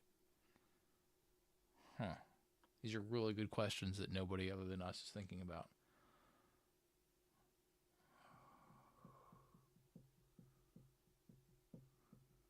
That's interesting. This is a lot of fun. Thank you. This is really good.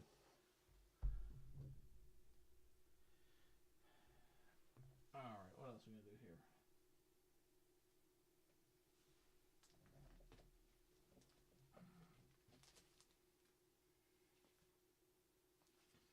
Let's do.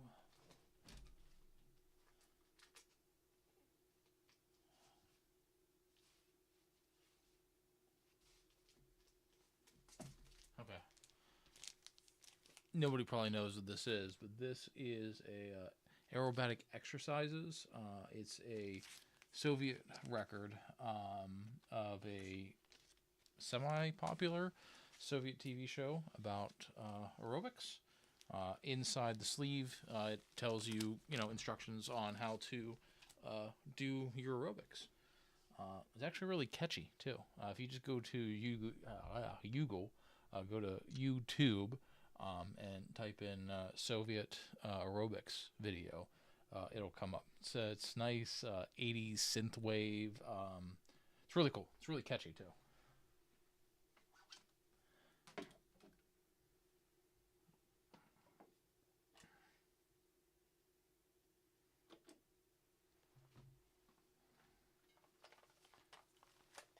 Now this I can definitely.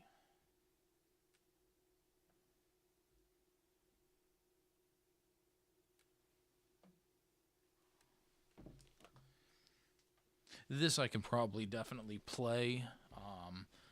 I'm not going to get a copyright strike because the Soviet Union doesn't exist anymore. But I'm not going to right now. But I should get some background videos or background music for some of this. Because a stream like this is not incredibly exciting. I understand that. But I look at it this way. I just need to get this board done.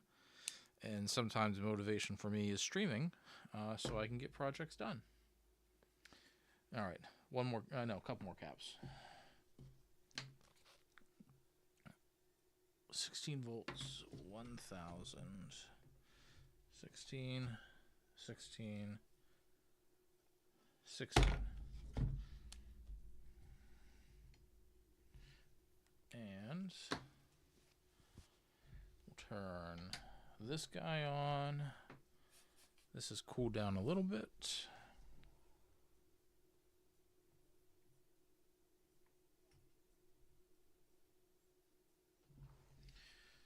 All right, I think. We'll see.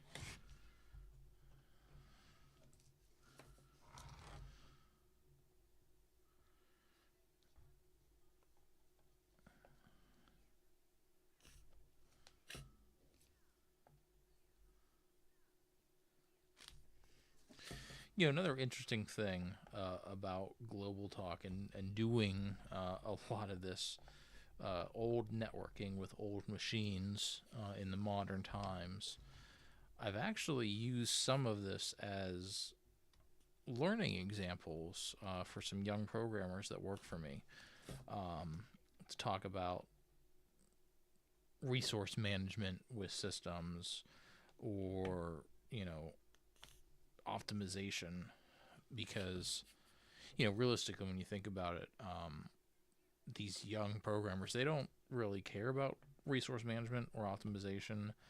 They have gigs of RAM at their disposal on most machines, but this LC has 10 megs, and that's because I upgraded it. I think it came with 4, I think. So, you had to be very deliberate in your code, and it had to be efficient. It had to do everything it needed to do with minimal overhead, and that's something that I think is lost on younger programmers. And one thing I don't see too much is in the programming field. I used to teach management information classes for graduate level, and I always made sure in those courses we would talk a little bit about the history of databases, how things were done, because I feel that in the computer science field there isn't a lot of emphasis or classwork on history, right? History of computers, history of programming, how things were done. One, to give appreciation, but two, so you don't repeat these things.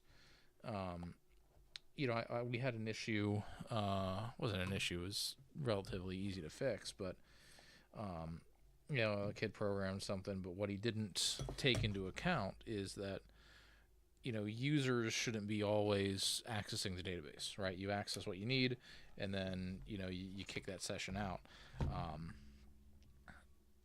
and it was causing a lot of issues with the server and everything.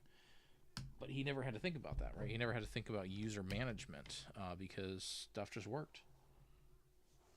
And we started talking about terminals and sharing user resources, and kind of made sense. Kind of made sense to him.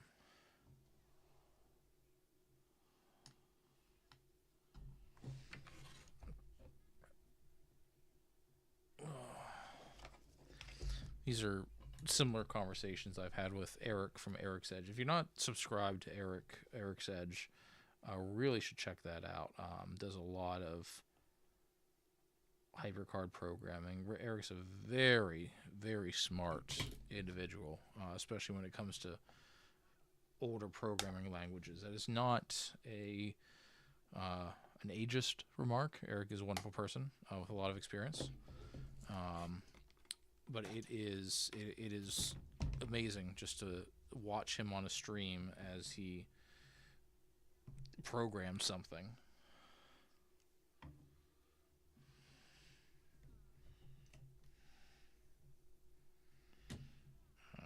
Okay, can I get... Oh, speak of the devil, Eric, hello. You must have heard me complimenting you. Thanks for stopping by. We were talking about a whole bunch of stuff, Eric, and I kind of mentioned that you and I every once in a while would converse about working with younger programmers and using examples from 68K Max or terminals or anything else to help them understand complex ideas. And I think that's a missed art, and I think it's something that should be taught more. I think that as these kids are going through their computer science degree or whatever it is, there needs to be a history portion of it. So you know, those who don't know their history are doomed to repeat it. And you know, it's funny because, you know, we're Chris and I were testing some Global Talk stuff. So I got this team of 3 programmers, right? Only one of them has formal training. I just configured the Panasonic as a later writer. Ooh, yeah. Let me know how that works, Chris, because I can always switch over and try that. But the interesting thing, Eric, is he was working on a database, you know, and building it from scratch, right? And he went into it with the interpretation that every user who's logged in all the time would have access to the database, right, to the back end of it. And we were just having network issues and all kinds of stuff because every instance that was running was constantly communicating with the back end, right? Because he wanted instant retrieval and everything. And I'm sitting there and I'm thinking like, oh man, this is like a really good Global Talk tie-in, right? So we were talking about Global Talk, we were talking about terminals and just user management. And it's like, yeah, sure, you know, everybody's in an office with, you know, a gig connection to the server, but like, we don't need that. Like, you know, once that user's query is done, cut the connection, and move on. Query connection pooling. All right, so Chris, so when you say the Panasonic's not happy, right? I would think that a win would be if I can see it, right, and print to it, even if it prints gibberish. If my LC can talk to your Compaq and print something, I would think that's a win. So let me know. I want to get this one capacitor out, and then I can switch over to the LC and see. So to fill you in, Eric, Chris over here. Okay, printed gibberish. Well, good. I'm going to send you some gibberish. So Chris has his Compaq on Global Talk, running Windows 95, 98. And I was able to see it from my LC, and I was able to drop a QSL. And now we are trying to see. Is it that bad at Windows 95? Okay, Chris. Yeah, let me tack this capacitor in, and then I'll shift over so everybody can see. Dude, if I don't even care if it prints gibberish. If I could see your printer and I can print to it, that's huge. That is a win.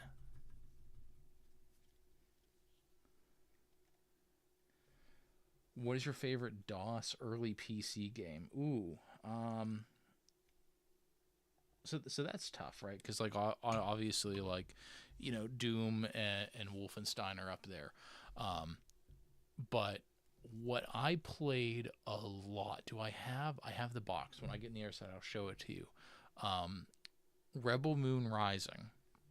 Now apparently there's a whole bunch of history behind this game and all kinds of other stuff that I'm completely oblivious to, but I remember this because I bought Rebel Moon Rising on a Kmart Blue Light special when the Kmart in Richland, well, Johnstown, but it was Richland Town, you know, Johnstown, Pennsylvania was going out of business. And I bought it for a couple bucks, and I still have the box. And yeah, that was a 95. That was a 95 game, right? So I guess you'd call it an early PC game. But I really enjoyed that. I really enjoyed that game. And then there was another game for DOS that I do not remember the name of it, but it was a World War II game. It was a top-down, and you would send your troops over. I think it was maybe like Normandy.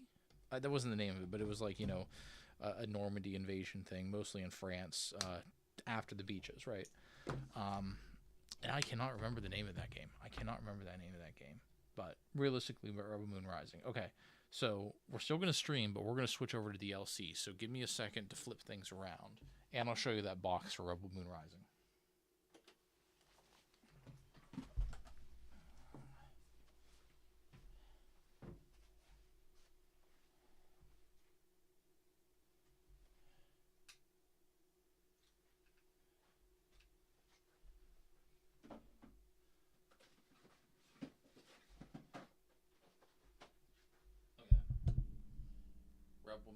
Rebel Moon Rising. I played this game a lot, and optimized for Intel MMX. Okay, so let's shift over.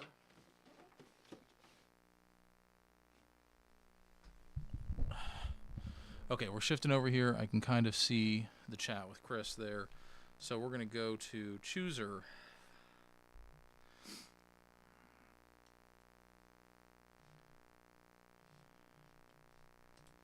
Okay, there's Chris.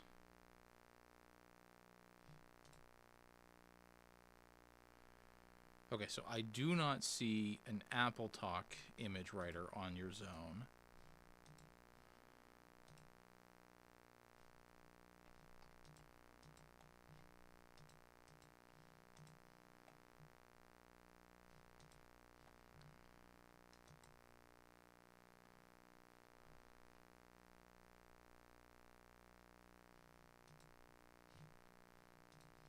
So, cancel. So let's, I don't know what I'm doing. I don't know. I don't think that's going to work, Chris, but I'm going to try. Okay. Oh, there we go. That'd probably be easier. Hey, so how you doing, man? Try Laser Rider. Laser Rider? Okay. Yeah. Let's go back here.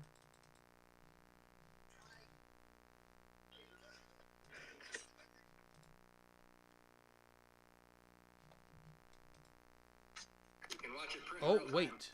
Oh, man. Yeah, okay, let's do that. Okay, so I see it. Oh, man. Dude. Okay. All right, so that is active. So let's minimize Chooser. And where is... Okay, so here's my standard... Can everybody in the camera see? They can see. Okay, so here's Chris's printer. Let's do... It's going to print a bunch of garbage, but that's okay. But hey, we are halfway through a win right now. Okay, so it does see the Laser Rider. Boom, boom, boom, boom, boom. Print. Oh, man. Sorry to hijack your live stream with this nonsense. No, that's fine. This is worth it.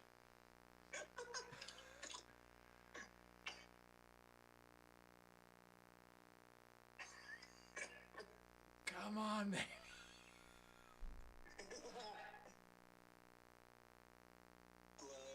Oh, here we go. One job. Oh my God, it sees it. There you go. Whoa. It's working. It's working. Yeah. It's working. Oh, man. Okay, so for anybody else in the stream who has no idea what's going on, so this LC is printing to Chris's Compaq over an obsolete networking protocol. Oh my God, that's awesome. That is so cool. And it's printing out PostScript. Well, that's exactly... I don't know what to do with it, but it's printing out PostScript. That is exactly what I'd expect it to. But you know what? It's working. I don't think anybody's ever done this before, Chris. Yeah, well, there you go. Now we just need to find Panasonic drivers. We'll be in business. I need to get a PostScript printer. That would be kind of fun. So. Well, that would be the easiest thing, right? But we're not going to do the easy thing. So, I have a whatchamacallit. I have a HP compatible printer. I wonder if it'll do PostScript. I'll have to try it. So. most of the older ones will. Yeah. Oh man. Thank you, Chris. This is awesome. This is awesome, man. Appreciate it, buddy. Bye. All right. I'll hang up now, but I'll see you on the stream. Yeah, thanks, man. I screenshotted this, so we'll post it later. Okay, cool. All right.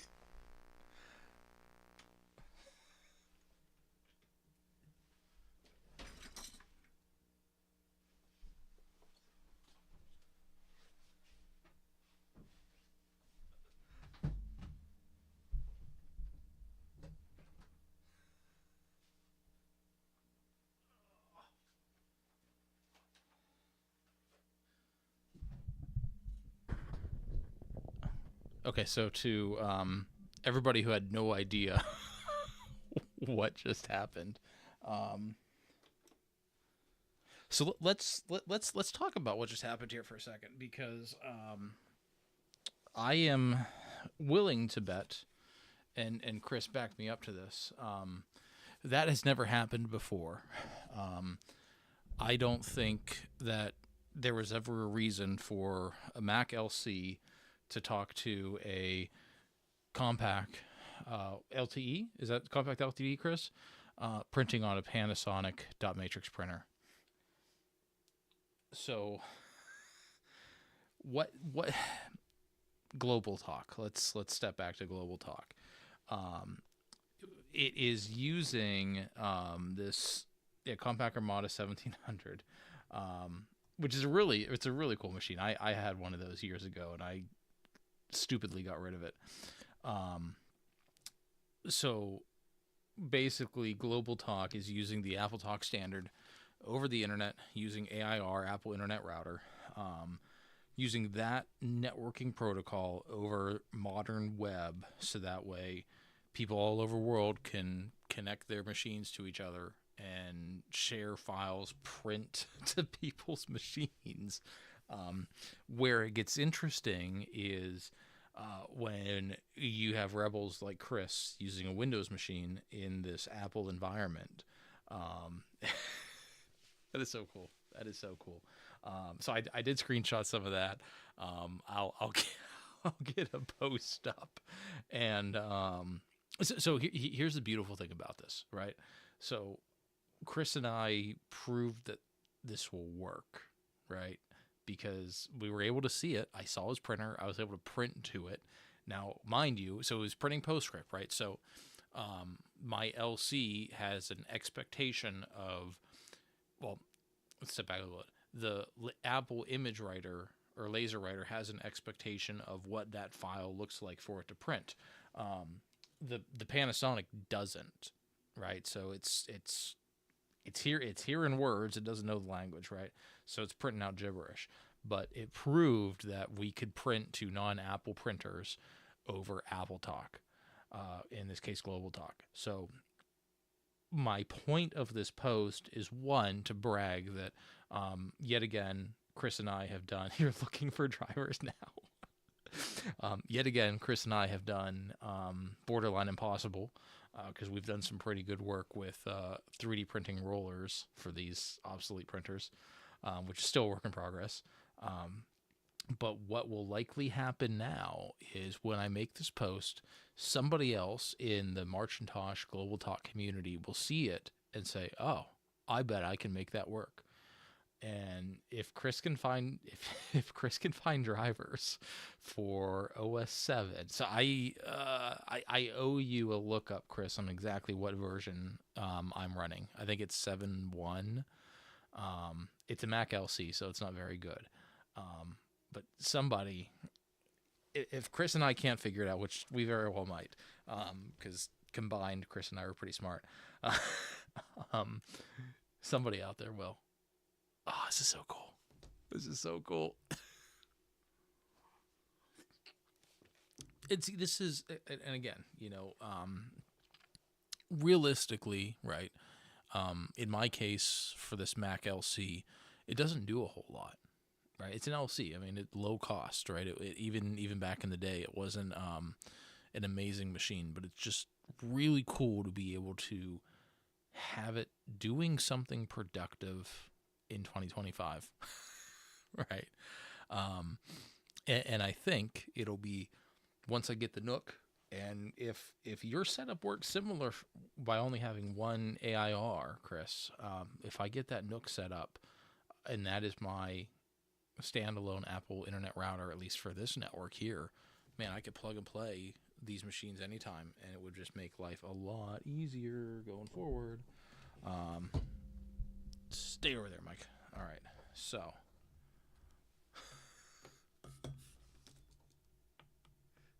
and Chris, you never have to apologize for hijacking my stream, because that was awesome.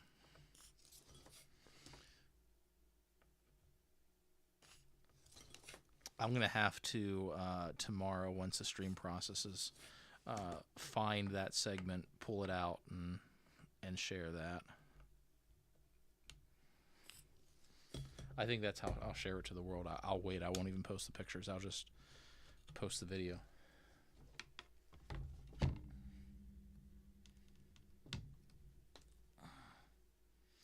$16,000 1,000. All right, I think this is my last capacitor, and that is really exciting.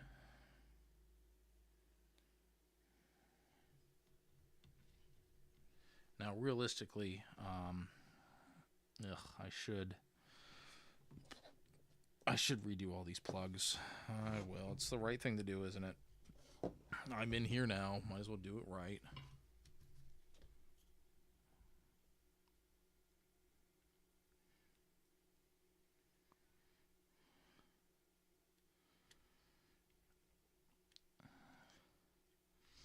So realistically, right, when you're looking at analog boards like this, so what's an analog board, right? So we got 4 people in the chat. Probably 2 of you know what this analog board is. So analog board, high voltage board, call it whatever you want. On Mac Pluses, any compact Macs, this is what takes the line voltage, the 120 volts AC, turns it into things a machine can use, DC, extra high voltage for the CRT. On early compact Macs, especially these Mac Pluses, there were no fans in them. Steve Jobs hated fans. So, as you can imagine, they got really hot. And because the board stands up like this, and there's heavy stuff like the flyback and these plugs and everything else, when they get hot, the solder gets loose. And as you cycle it, turn it on and off, it's on for many, many hours. You turn it off, it cools down. All the solder joints experience stress. And especially in these, because there was no fan and they didn't have any active cooling, we would get dry solder joints or they would start to fail. And that's common in a lot of things. So if you had a CRT, like a box TV growing up, or maybe your grandparents had an older one that wouldn't work, sometimes the picture would be funny or it would have no picture, like sound but no picture, and they would just give it a big whack, right? Like Fonzie, he'd come up to the record player and he'd whack it. That works. That's a real thing, right? Because the connections, the solder, it's warm, right? And the solder's starting to lose a little bit. Somebody pinged. I think I might have lost you, Chris, on the network. But the solder will loosen up and it'll lose connection. But it's still warm enough that the solder's loose, so if you bang it again, it'll make the connection again. And that's why you would hit old TVs and they'd actually work again.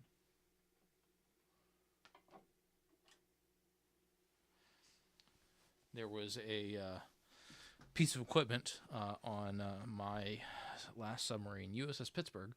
The Armada battery died. Checks. And this piece of equipment, it was for a towed array. It's a sonar thing. That's not, I can share that. But it was in a very public part of the boat, and we'd have to operate it.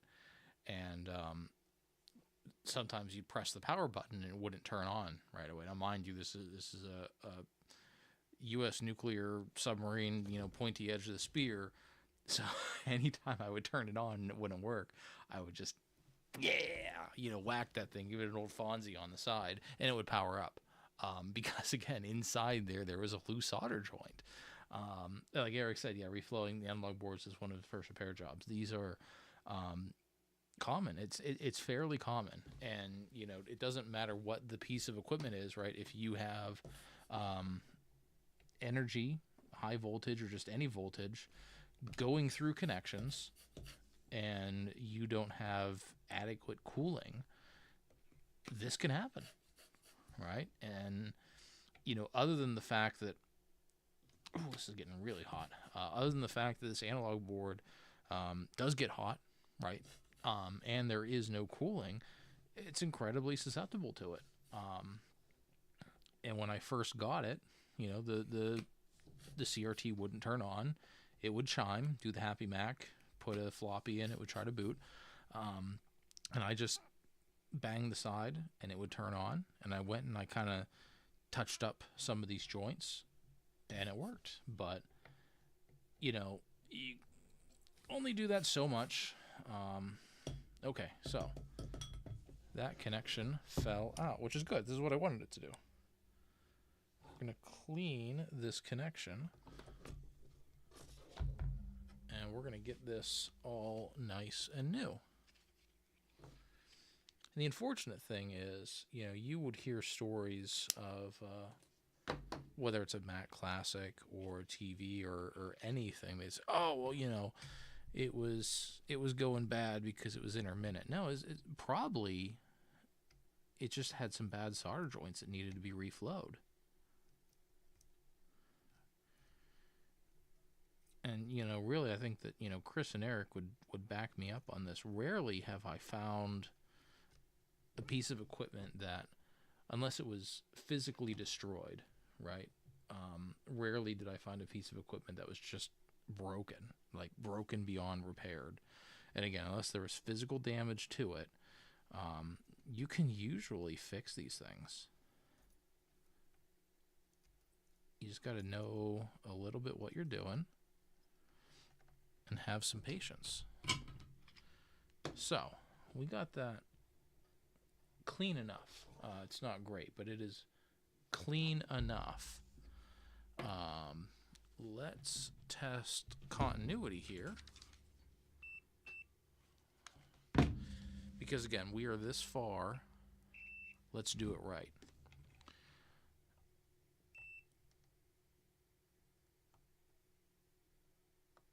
Oh. Ron drops some files in their monitor too. Good. So that's interesting. I think because Ron, and actually both of you can probably back me up on this. So I have the LC, so I can't use that new auto crawler program because it would take hours for this LC to be able to use it. So Ron, that's probably on his emulated machine, so he's probably using that auto crawler and saw that Armada pop up and said, "Oh, what is this?" Which is why I either need to get my my G3 machine on Global Talk or just emulate. Okay, let's trace it down, and this guy goes. Okay, so still looking for a printer driver.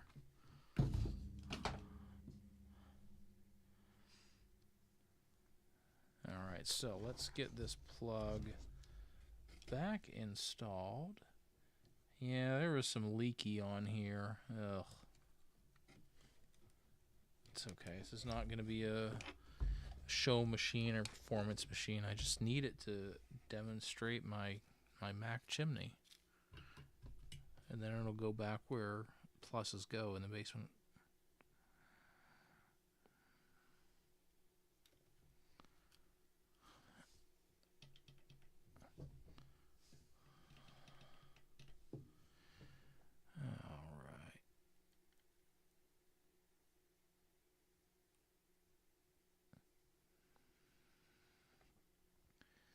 And once we get the plug installed, even though we verified continuity on the traces, we're going to verify continuity on the plugs. It might seem redundant, but the 2 minutes it's going to take to check that now is going to save me a lot of heartache later on if it doesn't work. Alright, so first one. Second one.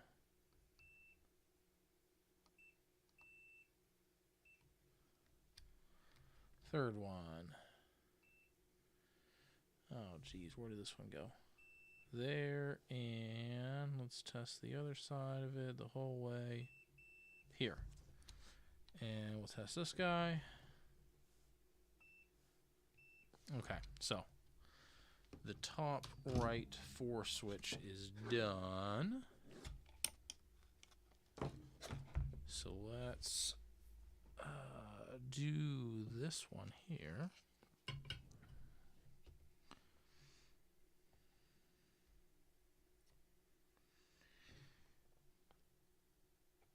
And because these are plugs, and because of the weight and stress they'll experience, I'm not using the desoldering pump. Just going through here with wick. And honestly, I mean, solder wick is more than enough for a lot of your jobs. Going through, getting the most of it off. I might go through with the pump, because there is a lot of solder on some of these things. But I want to make sure I don't damage any of these traces. Because if I lift a pad, oh, and of course this whole thing's stuck on here. Come on. If I lift a pad, now we are hurting the integrity of that point. And that's really why, the whole reason why we're in this problem in the first half, because of the heat and the stress that this goes through.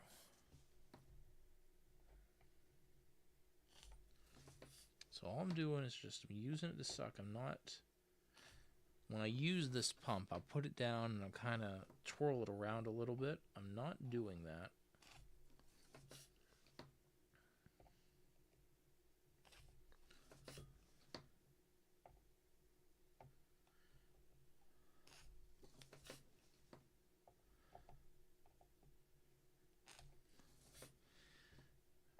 One of these days I'll get an automatic one, but this guy got a lot of memories with it. Some of these old Radio Shack jobs were pretty good. Alright, will this come off now?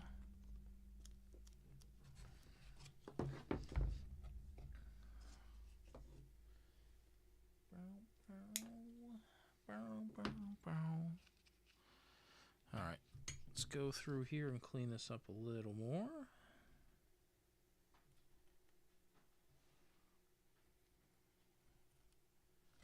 None of the pads look lifted, so I don't think we're going to have any concerns once you get some heat stress on here.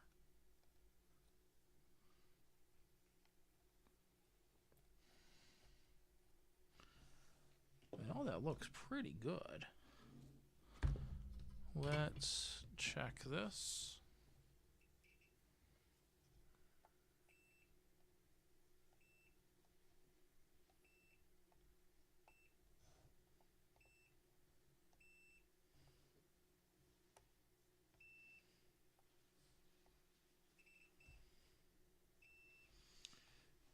And this one.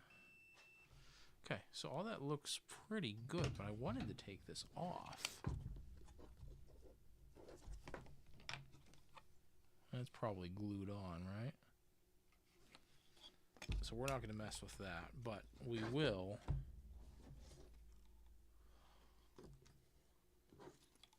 Well, that's probably why. Yeah, one more.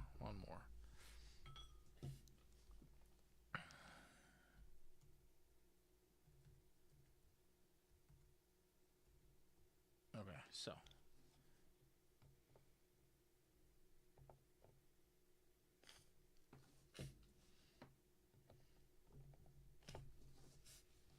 All right, so let's check that one.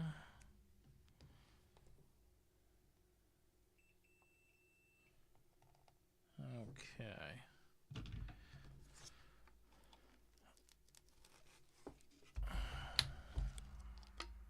Okay, so actually good. The plug is out.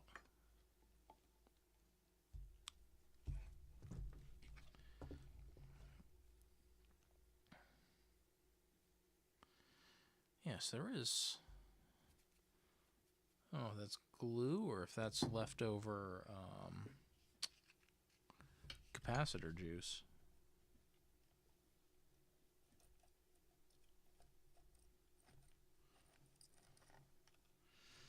All right, that's cleaned off pretty good. We'll get this installed again. And then we'll actually test continuity on the plug itself, because this will fit in there, right? Yep, okay.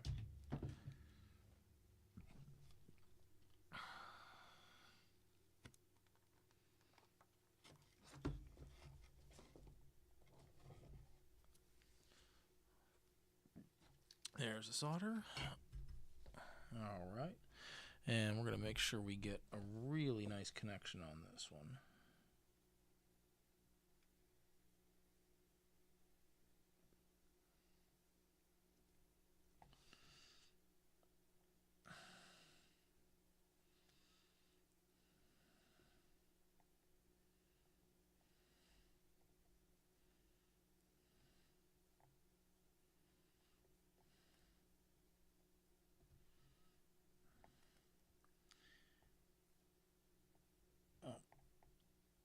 Already, the connections look better than before. I think this board was previously worked on before it came to me, which is fine.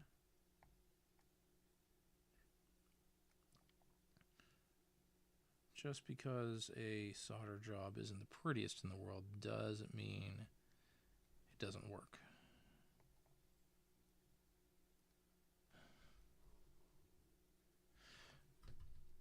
Okay, so now let's go through and test all of these. Ugh. All right, so we're going to do green, which is this guy. Okay. Then yellow, which is second. Third.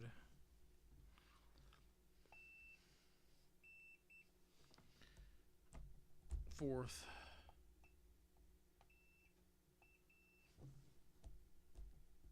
Fifth.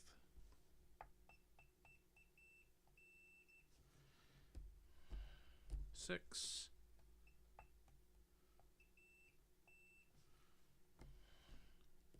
Seven.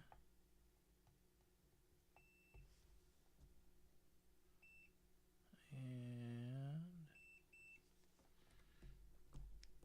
8.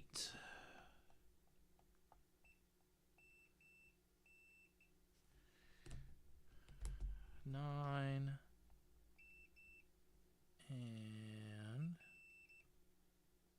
And then 10.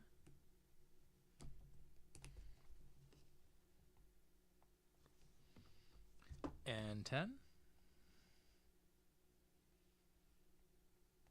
Ooh, good thing we checked this, because this doesn't work.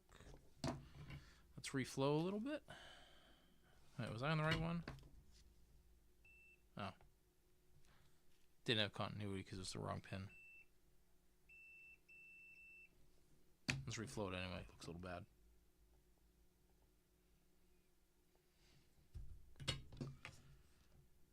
Ten. Alright, come on. There we go. So we have one more plug, and that is this one over here. 378. It's J2. That one looks pretty bad. And I suspect this is realistically my problem, J2.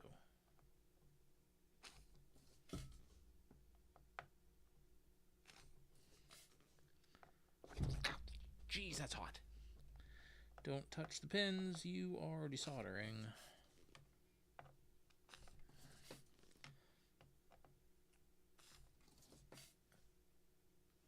It's getting a little late.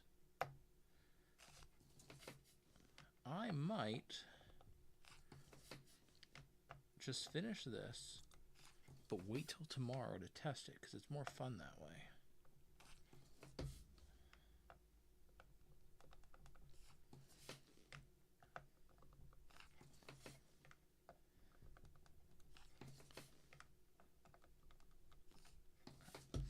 I'll do this plug, and then we'll also do the flyback as well. Ugh, I didn't like that. That sound. Please don't lift any traces. Okay, plug is out. Let's clean it up.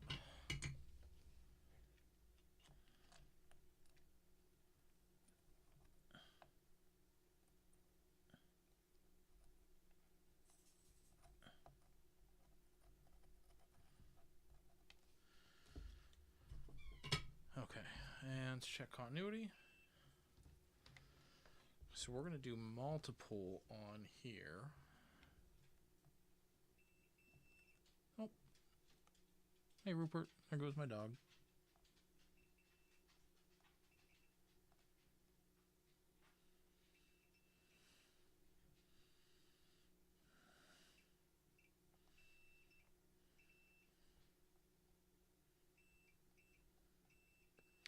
All right, so far, everything's looking all right.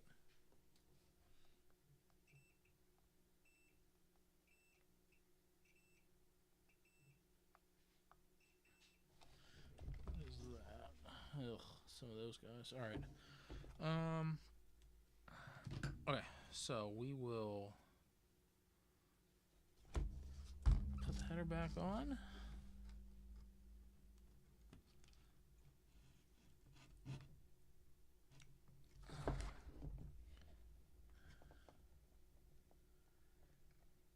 There's not a lot of pins sticking out on there. That's okay.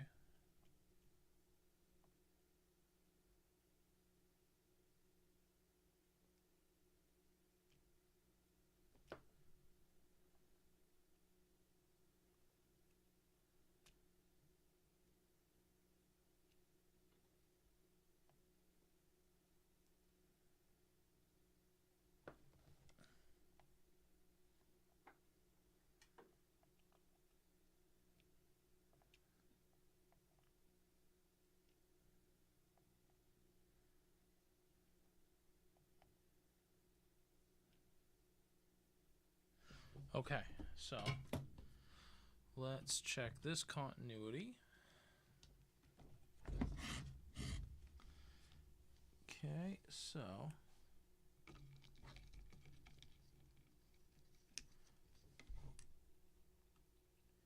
you know the danger of getting your image writer on Global Talk, Eric, is what happened to Steve last year. Just many print jobs. But I need to get mine on Global Top too, so I understand.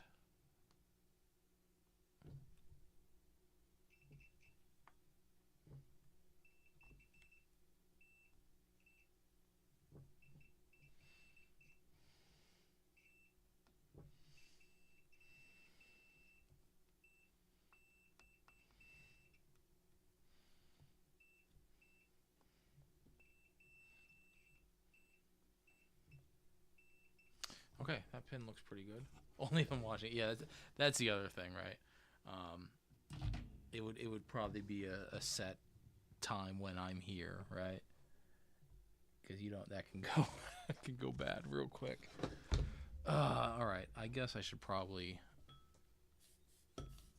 redo this flyback while I'm here. It is the right thing to do.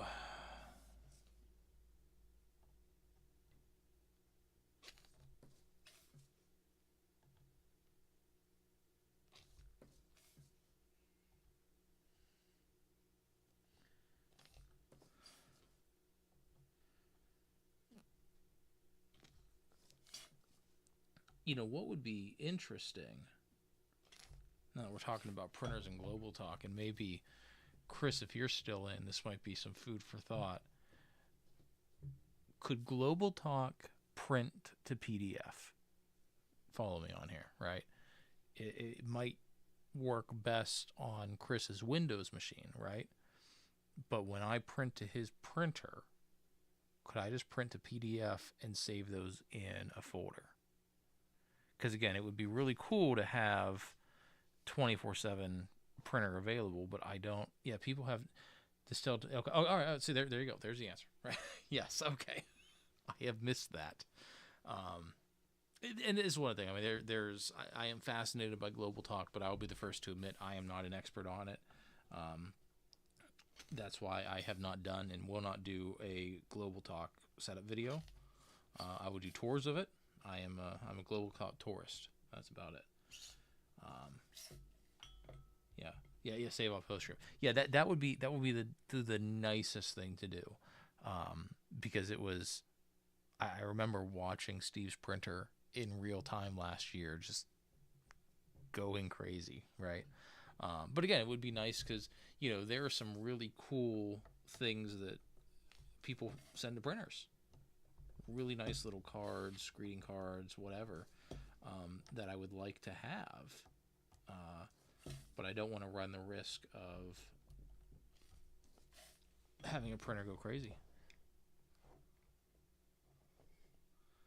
There's an Adobe PDF printer for some versions of Mac OS. Okay. Yeah, so I need to look into that. So one of the things, Eric, I'm working on, my primary Global Talk machine is that LC over there. I'm going to get an Intel NUC, shove it in the corner, and just emulate a machine on there, and that's going to be a 24/7 Global Talk, and then I'll look into it. And yeah, again, it is a memory hog, right? I mean, all of the cool things, right? Like that new AutoZone. I know I'm messing the name up of it. I can't do that on my little guy because this LC's having a hard enough time. But again, I mean, like, if I'm emulating it, I can have one machine fully dedicated to that, and another machine dedicated to normal Global Talk stuff. If that's a term. So.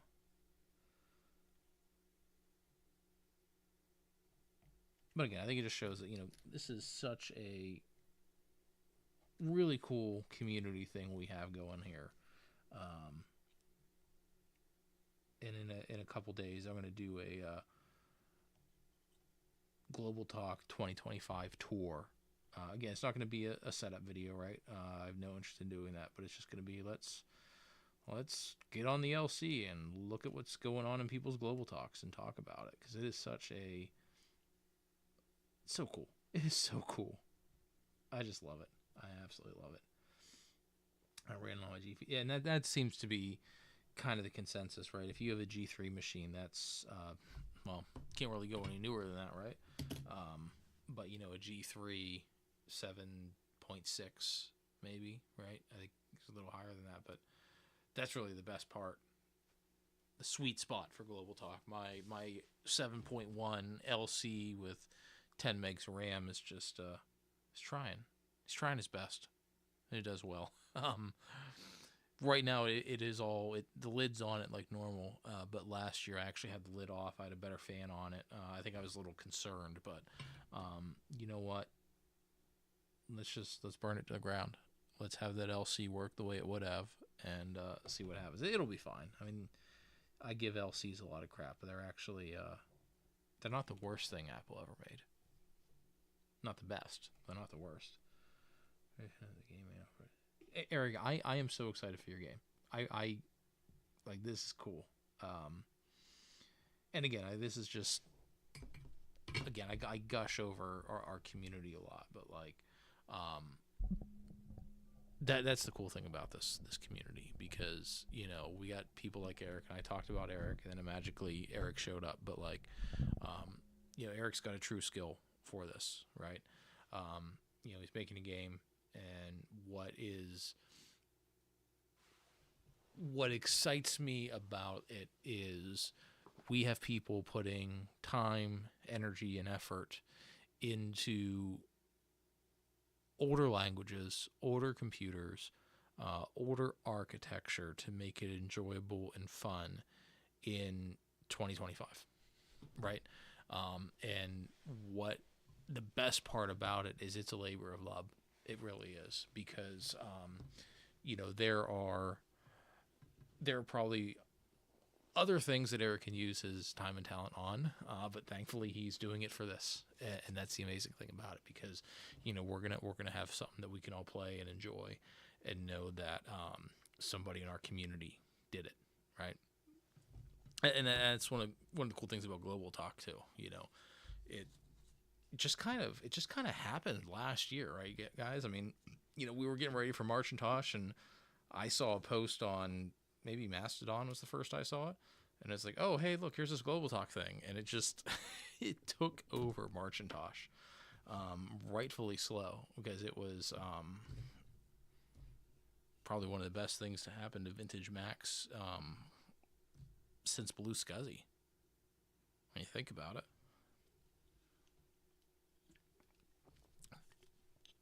And that is pretty awesome. That is pretty awesome when you think about it, because that's what this community is about, and that's why I love all you people that do stuff like this, because that's what makes it fun and exciting. All right, well, pretty sure all the caps are done, although there's this extra one in this bag. Mac Plus Axial Cap Kit, but I already replaced all the Axial caps, I think.